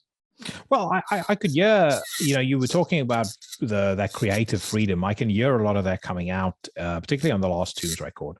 It sort of moved into a darker direction, but it also the palette that you're working off of, also expanded quite a bit. And that's fucking great to hear, because I mean, again, that's always been the thing that I've loved the most about Tombs, is that there's an intensity there, but there's also there's a lot more going on than just someone screaming angrily into a microphone and playing a couple of riffs. Those bands are great too, but the bands that are the elite of the elite, are the bands that kind of take it that next step further, which I think you do, and clearly I think the Amenta have most definitely done. Yeah, that's that's what we're trying to do. That's definitely why I make music. I don't want to just write the same record over and over again. Yeah. All right, brother. Well, dude, firstly, thank you so much for coming on and doing this with me. I'm it's great to catch up and talk to you again. Like I said, I picked up a couple of different things as well that I haven't heard before. But any plans on your end, or things that you are want to plug before we say goodbye? Well, on the Tombs front, we have some new music coming out in the spring. But originally we were just thinking about doing a single of like one or two songs. So there's a brand new track coming out with a video like in April at some point. And then there's other supplemental material that was going to be part of like a vinyl release, but with vinyl being crazy like that, we're probably just going to do like a digital only thing with the videos and whatnot. So it's a brand new Tombs song coming out, some covers. Unfortunately, not the Samhain stuff yet. And then some tracks that are ambient. One of them is a collaboration with me and Dwid Hellion, and it's an ambient track. And so that's what's coming out with the band. And then, of course, on a weekly basis, I have Everything Went Black podcast, which I sometimes co-host. Ralph Schmidt is also involved in that. And if you like horror movies, there's the Necromaniacs podcast, which I co-host with Jeff Kashid, formerly of ISIS, and Mike Scandato, New York hardcore stalwart. He's been in a bunch of bands, Inhuman, Last Stand, tons of bands around New York. And that's all about horror films and, fun, evil. Yeah. Things like that. I've been listening to that a lot actually as well. I mean, in terms of the podcasts I listen to, music wise, the only stuff related to music I listen to is Everything Went Black. I listen to Alan Averill, and I listen to Slaves to the Underground, but beyond that, I don't really listen to anything else. The other podcasts I listen to will either be about politics, or it'll be, about something completely different. But I've loved Necromaniacs in part because I think I've said to you before, I'm really struggling to find anything that I find remotely worth watching. And I'm also at the same point, I think Mike mentioned this on the show. Like if I get to half hour into something and I'm not gripped, I'm like, I just switch it off. I can't, I can't sit through anything anymore. Just for the sake of sitting through it. Yeah, time is too precious to waste on things you don't want to do, basically. I agree with that completely. I did see the trailer this morning, actually, for another A24 film called X. I don't know whether you've seen that yet. Someone else mentioned that to me too, but I should check out the trailer for sure. Yeah. What's your take on it? It's done by Ty West, who did he did House of the Devil, I believe. Yeah. And a couple of other movies that I really enjoyed. So yeah, this looks pretty interesting. He did The Sacrament, which I fucking loved. He did House of the Devil. He did The Innkeepers. But this looks like it's basically like Texas Chainsaw Massacre meets a porno. Really? Okay. Yeah, these people go to this like secluded house in Texas to shoot an adult feature, and then things get a little out of hand. But it's an A24 film, so A24 tend to do some pretty avant-garde, off the beaten path stuff. So I've got high hopes. And Ty West isn't exactly a typical filmmaker either. So I'm hoping it's not just going to be some boring, tedious mainstream kind of thing. I'm looking for something that's going to make me feel like Hereditary made me feel.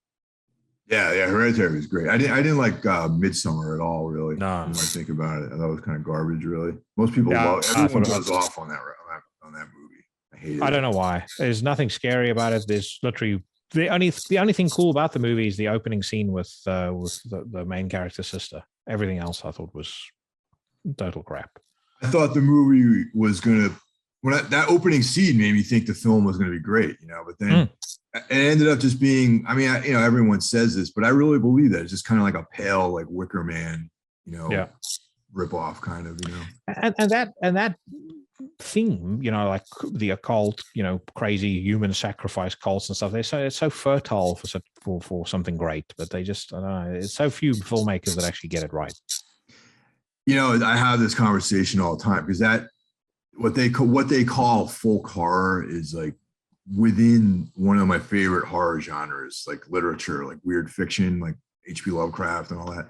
This is a little bit different. This is more like a Arthur Machen kind of thing, but it's become huge. Like people love to like just let's go into the woods and make these weird symbols, and we'll call it like a folk horror film. And yeah, that it's becoming saturated, I think. And Midsummer I thought was like they just let's put a big rune here and make it in Scandinavia, and I don't know. I just it was pretentious. That was my biggest issue with it. It was pretentious shit. Yeah, that's exactly what you said. Yeah. All right, my brother.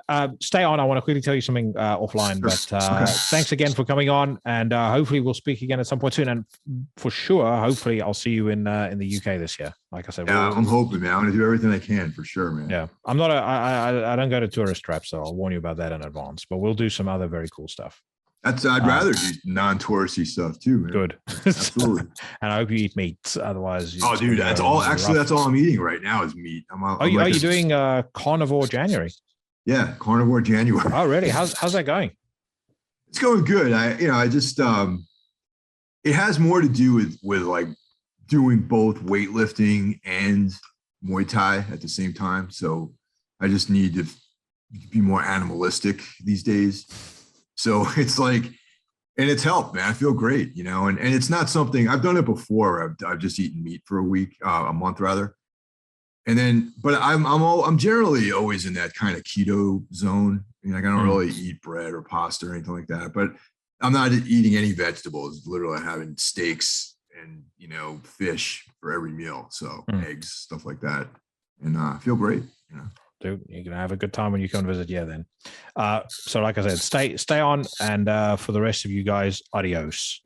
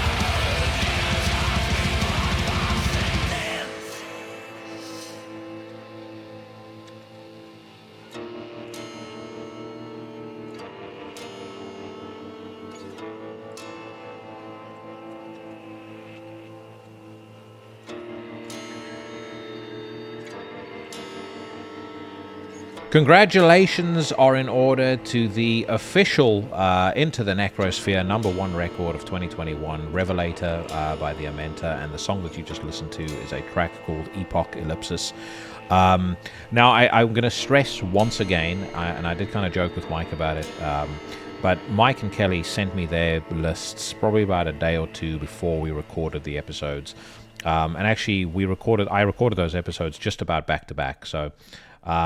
what was funny was that all of us agreed on exactly the same thing. There was no pre-discussion, collusion, anything like that. It just so happened that all of us thought that the Amenta was the best record of the year. And for me, it was a tough one because there were so many good albums this year. And I mentioned a couple of. I gave a few honorable mentions there at one point. I could probably add a couple more in there. Right after that, I spoke to Mike about Pyrexia, put out a new record last year, which was absolutely crushing. And every so often there'll be something that crops up. That Imperialist record, I spoke about it earlier on in the show, and Kelly and I obviously spoke about it because it was on her list, is fucking phenomenal. And probably would have made it onto my list as well. And I'm kind of getting to a point where I'm almost tempted to, for the end of this year, depending on how good it was, instead of doing a top 20, I might even do a top 40, because I kind of feel like there's bands that need the recognition, and I almost had, proverbially not enough space this year to shout out those bands appropriately. But either way, well done to the Amenta, well done to all the other bands. Thank you for the fucking great music that you have made that inspires and blows my mind and makes me feel like a fucking 13-year-old kid again. I hope that I will get most of the people in those bands on the podcast if they've not been on already. I am definitely going to try and get me one of the Amenta guys back on again. They need to. I might have like a wrestling title, like a title belt made up for them. I need to at the very least chop it up a little bit about how they feel about the honor of being on that list. But if you have not heard Revelator yet, the chances are very good. If you've not heard it yet, you have stumbled onto this podcast by mistake. But if you've not heard it yet, make sure that you get hold of it. And also, well done and shout out to Deborah Morty. I think once again, the label with the most number of bands on my top 20 list. They had Inferno, they had the Amenta, and they had Doodsvanger. I can't remember if they had any others. Certainly in my honorable mentions, they had Forest. They had, I think, a couple of other bands. Doesn't immediately spring to mind what it was, but either way, great label. Them, along with Season of Mist and Apocalyptic Witchcraft, I've said many times before, my favorite labels run by my favorite people in the industry. Let's pause on all of that now and magically transport ourselves to Metal Storm to talk about the latest metal news headlines. First up, Kiss announced May 2022 US shows. I'm only mentioning this because I want to encourage all of you once again to go and check out that Heavy Metal Thunder episode that Mike and I spoke about that he did on his podcast. Fucking great. And reminded me of some really cool music from sort of the late 70s, early 80s. And Kiss is a band who I think maybe because I didn't grow up in America, they were never as big of an influence on me ever. And I sort of discovered them, pretty far down the road, actually. And I didn't really like them when I first heard them. But over the years, things like Lick It Up, songs like that, have come to grow on me. And, when you're having a barbecue in the summer and you've, got the beer going and you're talking some shit, you got your friends round, you can't exactly sit there cranking up Funeral Mist, no matter how much I like it. So, if you want to have a good time and you want to get your buzz on, then that's they're a fun band to play, along with all the other stuff that Mike spoke about on that episode. Okay, let's see. Blood Incantation, European Summer Tour confirmed. Americans Blood Incantation are excited to announce the Hidden History of Europe, a set of tour dates in summer. Most noteworthy about this, I really like the tour flyer because they kind of made it look like it looks like sort of an old forgotten library book or some sort of weird propaganda pamphlet when you first see it. Blood Incantation are a cool band. I like them. I'm in a spot right now when it comes to seeing shows where, because I live so far away from from London, and by far away I mean 70 miles. So if I were to take the train, it takes me about 2 hours to get there on a good day, because obviously we all know London is run like a fucking shambles under Sadiq the imbecile Khan.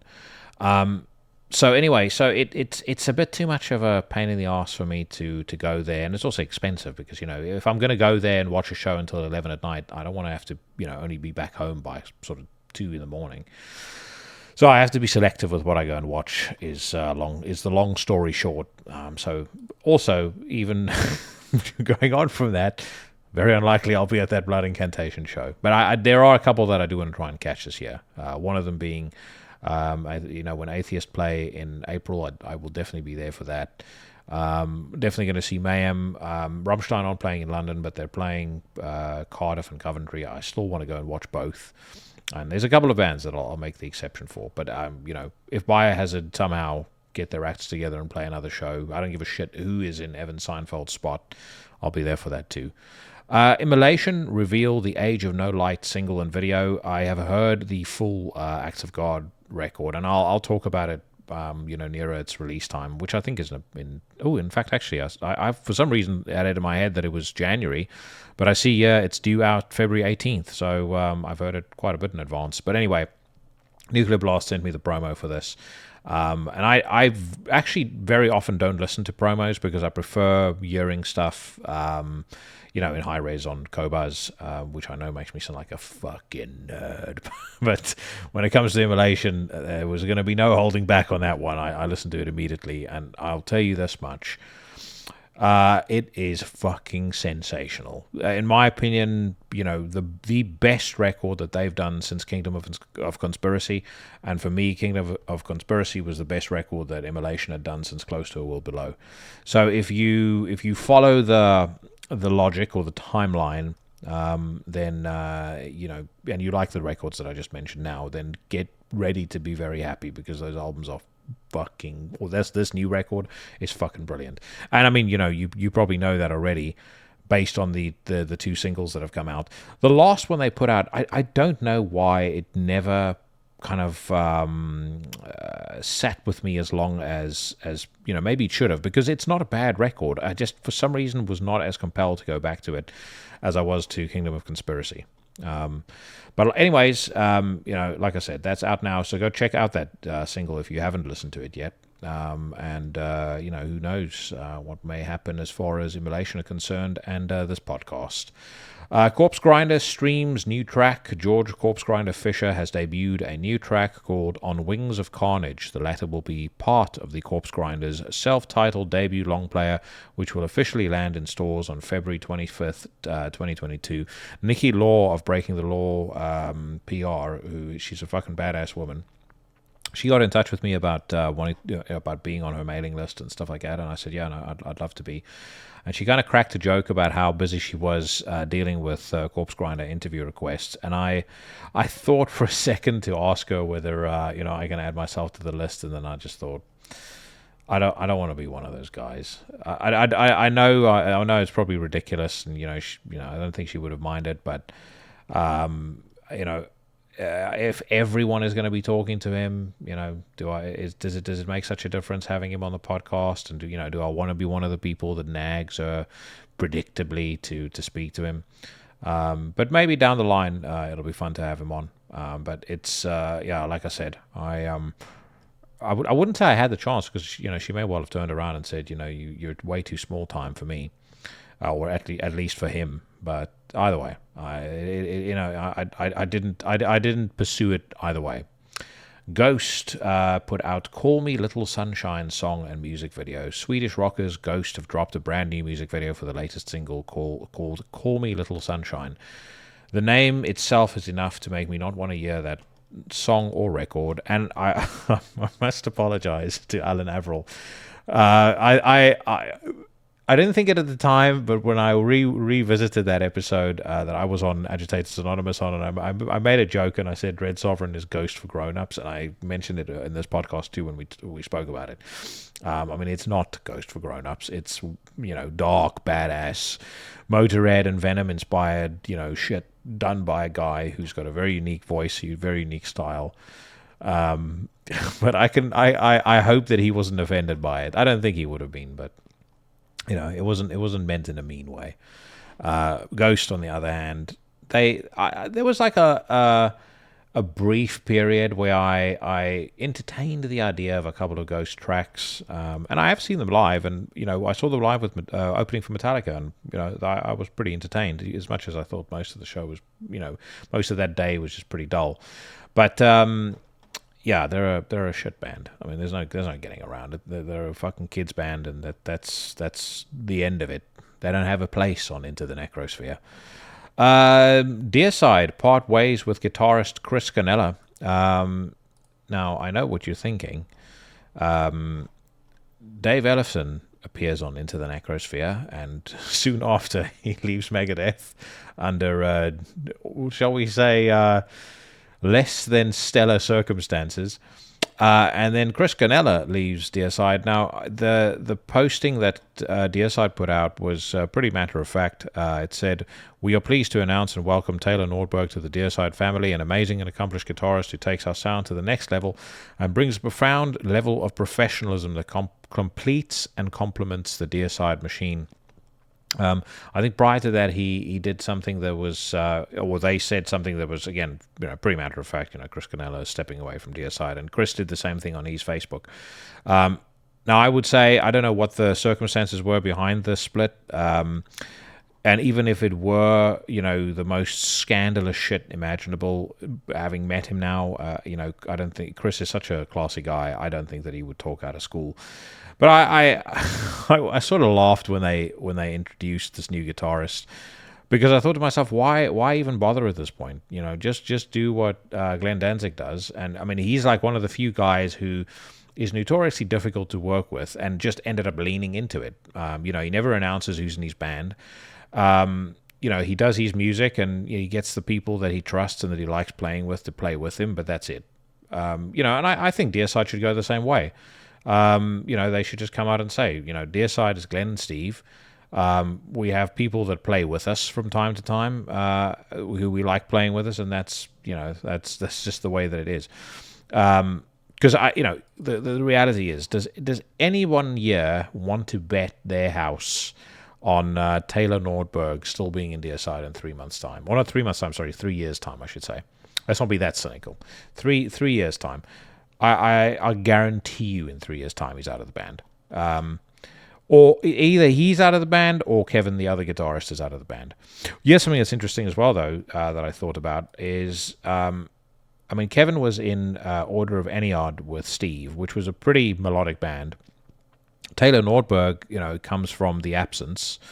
The Absence is a reasonably melodic band as well.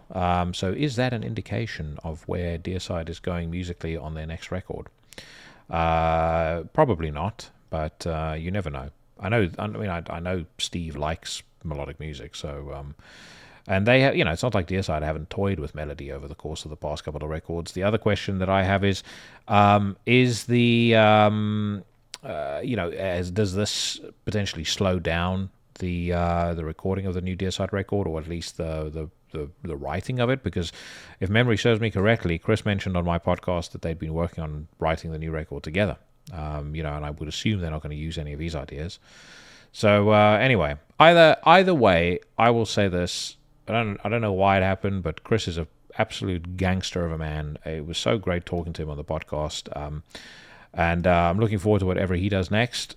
Looking forward to what Deicide does next too. But like I said, ditch the idea that there's a band here. There's two guys, and they have musicians that play with them in a reasonably revolving door. And I again, Glenn, I seems to be a nice enough guy, but the brief time that I met him. But there also seems to be a pattern here of not playing particularly well with others, and I know this for an absolute fact because Steve told me this in an interview that's published back when Stench of Redemption came out on Chronicles of Chaos, and Ralph Santola, when he was alive, told me exactly the same thing. Apparently, shit would get so out of hand with the Hoffman brothers that, or in between Glenn and the Hoffman brothers, I should say, that Steve literally had to like stop fist fights and stop these people killing each other. So anyway, by the way, again, if you're watching this on YouTube, in the corner of the screen, there is a list of records that they are reviewing, including Vigedoet, with their new record. There's Always Blood at the End of the Road. Motherfucker, that is good. If you've not listened to it yet, I mean, because I'm doing the countdown of last year's music, I haven't done new new reviews yet. I'll probably review that Vigedoet record, but I mean, spoiler alert, it's great. So for sure, check it out if you haven't done so yet. Every Time I Die announced disbandment. I mean, big shock. Everyone, I think, saw that coming. Krallis 11th studio album coming soon. In 10 days, New York-based black metalers Krallis will unleash their 11th full-length installment, Crystalline Execution. It comes out less than a year after their last one, Demonic Wealth. Below, you can give a spin to the title track. Physical album, CD and tape release date, March 22nd. Not heard that track yet, but I did really like Demonic Wealth. As a matter of fact, it was... again, if I had done a top 40 of 2020, it would probably have been on that list. So, good stuff. Looking forward to hearing that. Animals as Leaders. Such a fucking crap name for a band. I saw a really cool quote by Chris Refit of Autopsy recently, and he said, if you have I can tell you what's not metal, any band who has a full-length sentence for a name. Which I thought was absolutely awesome. This is big news. Darkspace joined forces with Season of Mist. Season of Mist is proud to announce the signing of cult black metal band Darkspace. The Swiss duo will re-release their entire back catalogue with reinterpreted artwork and a remaster for vinyl via the label later in 2022 while working on the outlines of Darkspace 3. Darkspace 3-2. Anyway, I've always thought Darkspace was a band that had a lot of potential and, by turns were excellent. So glad they found a home at Season of Mist. It's a great label for them to be signed to. And speaking of Season of Mist, I speak to Katie quite frequently, and I definitely am going to get her back on the podcast. We actually have a date in mind for when we're going to record that episode. And I can assure you all there will be no punches pulled on that one. Probably not a lot of music talk either, but a lot of talking about the culture and about some of the fucking whack crazy shit that we see happening around us on a day-to-day basis. And I think that is pretty much us covered on Metal Storm. Let's move over to the Democrats Guide to Rock Music, Blabbermouth. First article, Phil Varone recalls his disastrous Ozzy Osbourne audition. It was like I never played drums before in my life. Anyways, right, moving on. There was actually news that I saw mentioned yesterday. There we go. And I was just about to say, if I couldn't find it on I was just going to look it up and talk about it anyway. Testament part ways with longtime drummer Gene Hoglan. Gene, who was not a guest on Into the Necrosphere prior to this shocking news. I was very surprised by this, and I was especially surprised by the reason that they gave. So it says here, Testament has parted ways with its longtime drummer Gene Hoglan. The veteran San Francisco Bay Area metalers announced Hoglan's exit from the group in a social media post earlier today. The band wrote to all our Testament fans around the world. First off, we're beyond grateful to have had Gene Hoglan behind our drum throne for 10 years, several albums, and countless tour dates. Blah, blah, blah. As Gene embarks on a new chapter, we thank him from the bottom of our hearts, blah, blah, blah. And essentially it says that there were conflicts between Gene's additional tours and solo endeavors and Testament's rescheduled dates. I might be completely naive here, but it sounds a little spurious to me that Gene would be doing anything that could potentially make him more money than Testament. And maybe some of you wide-eyed and naive folk listening to this will go, it's not about the money, man. I think when you're Gene's age, it is about the money. And again, like I said, I'm just super surprised he's leaving the band. And it's a shame because he's such a great fit for the band musically. And he's brought such a fucking thud to their music. It'll be interesting to see who they get to replace him. I'm pretty sure bands, there's going to be no shortage of drummers lining up to fill that stool. And I know that they've spoken about having a new record out this year as well. Although, based on past history, that's probably a little bit optimistic. But either way, now that I do have the lovely Claire Harris at Nuclear Blast, actually, responds to emails and doesn't act like a certain other person from a certain other PR company, there is a chance that I may possibly get Chuck Billy on the podcast when he's open to doing interviews again.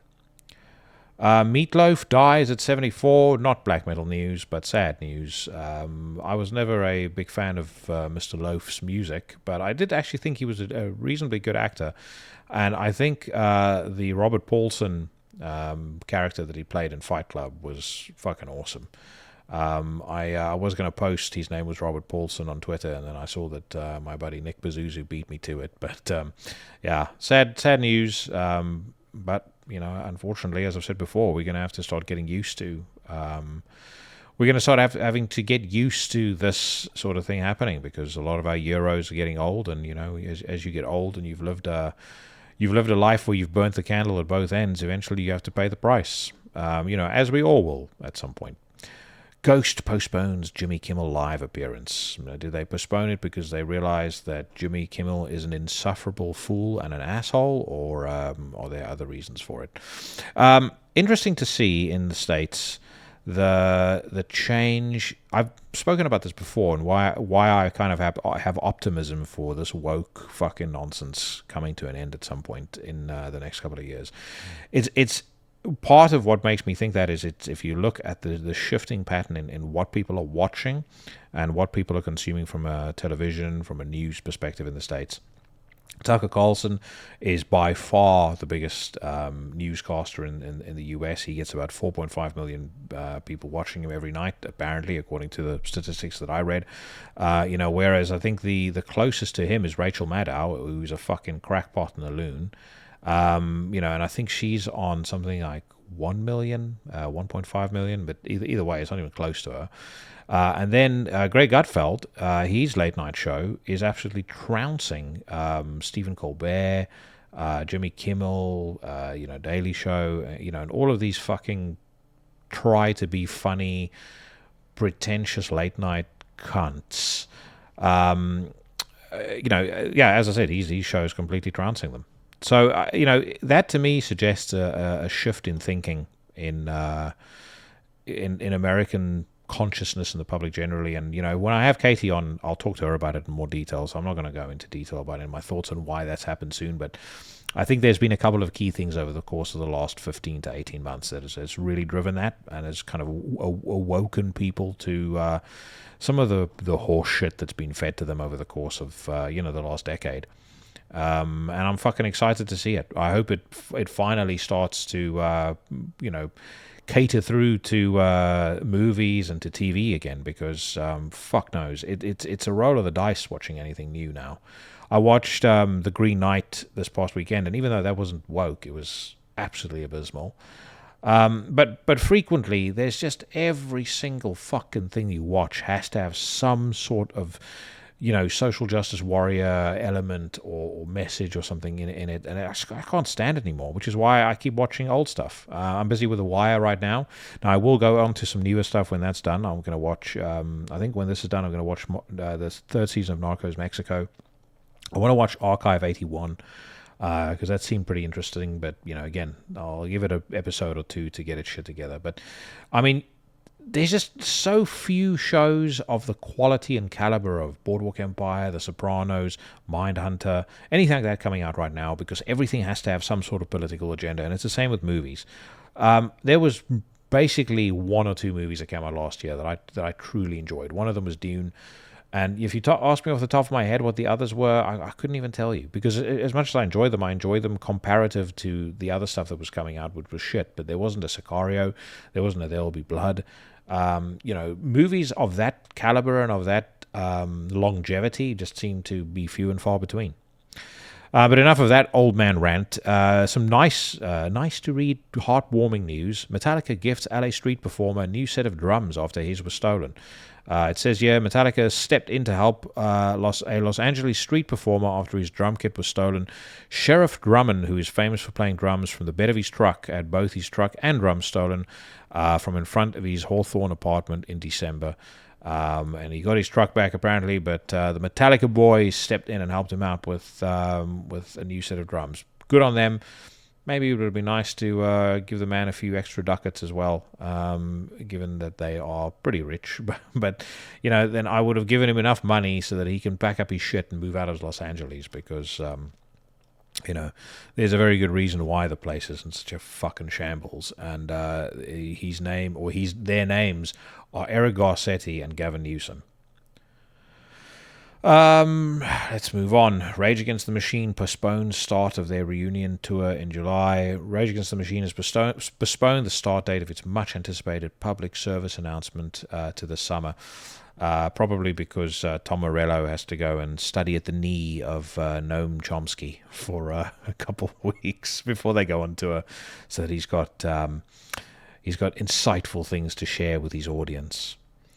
Ex-Megadeth bassist and former Into the Necrosphere guest David Ellefson is working on an art collection crafted from bass performance. Not particularly interesting to me. Fatso Vince Neil performs Motley Crue classics in Lawrenceburg, Indiana.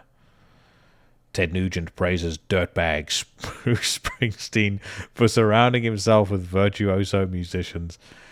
I think the infatuation that Borry at Blabbermouth has with Ted Nugent borders, frankly, on the unhealthy. I mean, it's to a point where he features so often on this website that it's like they call into his house once a day and like, hey, listen, Ted, have you got anything else you want to say or anything else that you want to share with us? We're short on news for today.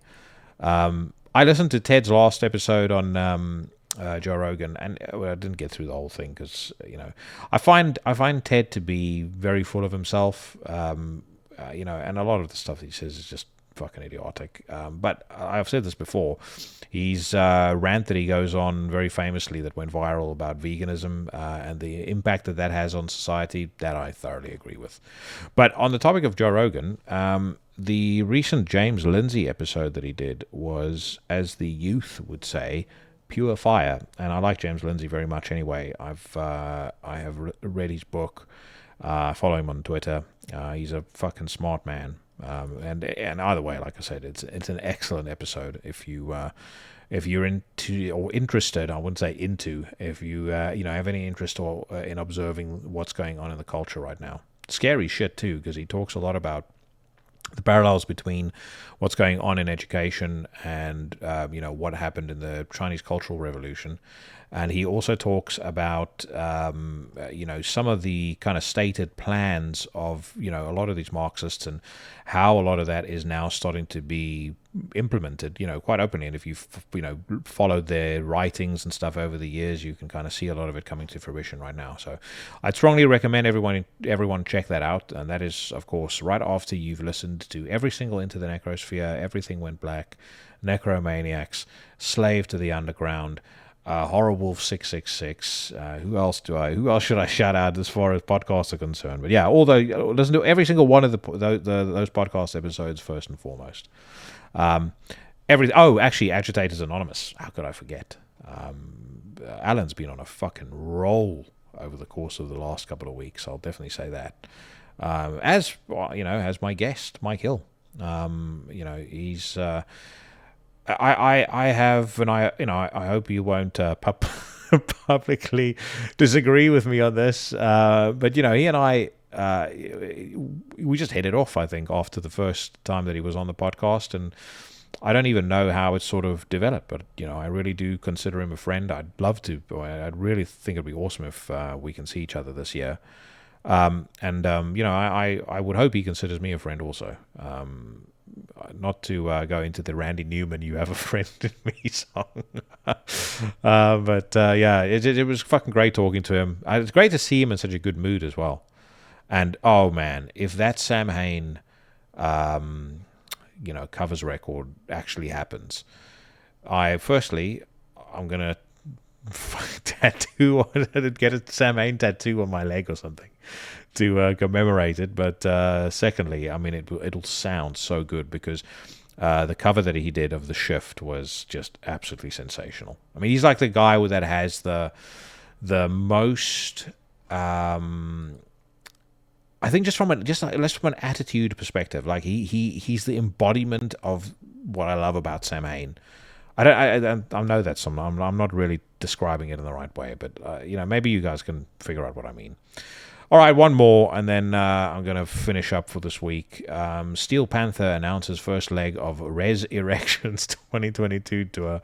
I mean, the Steel Panther joke is kind of played out at this point.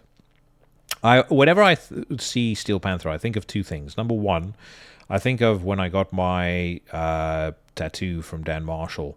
And he was playing Steel Panther, and I never heard of them before because they glam, they're not necro enough.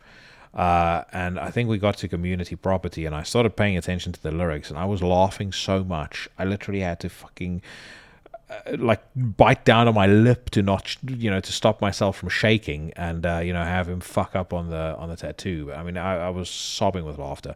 The other thing that I think about, of course, is the very insipid and pathetic interview that Grim Kim Kelly, scumbag communist, had on on the Metal Sucks podcast with what's that idiot's name? I was about to say Gorilla and Steve. Chuck and Godless. Gorilla and Steve. Anyway, sorry, I've cracked myself up with that shit. But anyway, yeah, they had with Chuck and Godless, and Godless being the fucking high estrogen, low testosterone geek that he is, he's going on about how he finds it so offensive that the Steel Panther guys can get away with making these jokes, and Kim is parroting every single thing that he says. That was the day that I decided that the Metal Sucks podcast was no longer for a man like me. But either way, I hope that after 28 minutes of ambling and ranting, you guys still feel like the Into the Necrosphere podcast is for you. That is the news wrapped up for this week. Thank you so much if you've made it this far. I hope that you enjoyed what you listened to, and I hope that you will be back next week. I am back with Shane Embry, of course. We're going to be talking about a lot of interesting shit. He is, whenever you talk to somebody whose music you really admire, I'm personally always terrified that he's going to turn out to be an asshole, and I'm not going to be able to listen to his stuff anymore. Shane definitely wasn't an asshole, and it just re-emphasized my opinion on the man, that when the day that dude hangs up his many musical instruments that he is extremely good at playing, I think the world is going to realize just what a phenomenal songwriter he is, and what a phenomenal musical force the man is. And he's a very nice guy too. So that's coming your way next week. Thank you very, very much to Mike for coming on the podcast. Make sure that you check out the Necromaniacs and Everything Went Black podcasts. And of course, if you're not a Tombs fan, then make an appointment with the doctor and have your ears syringed, because that is one of the best bands going. Also, congratulations to the Amenta, #1 band on Into the Necrosphere for 2021. Well done to all the other bands for featuring as well, or who featured. I am back next week. Like I said, all of you, stay safe and healthy. I'm going to lay another track on you guys as we play out. This is Dread Sovereign off the record Alchemical Warfare, and the song is called Ruin Upon the Temple Mount. See you motherfuckers next week.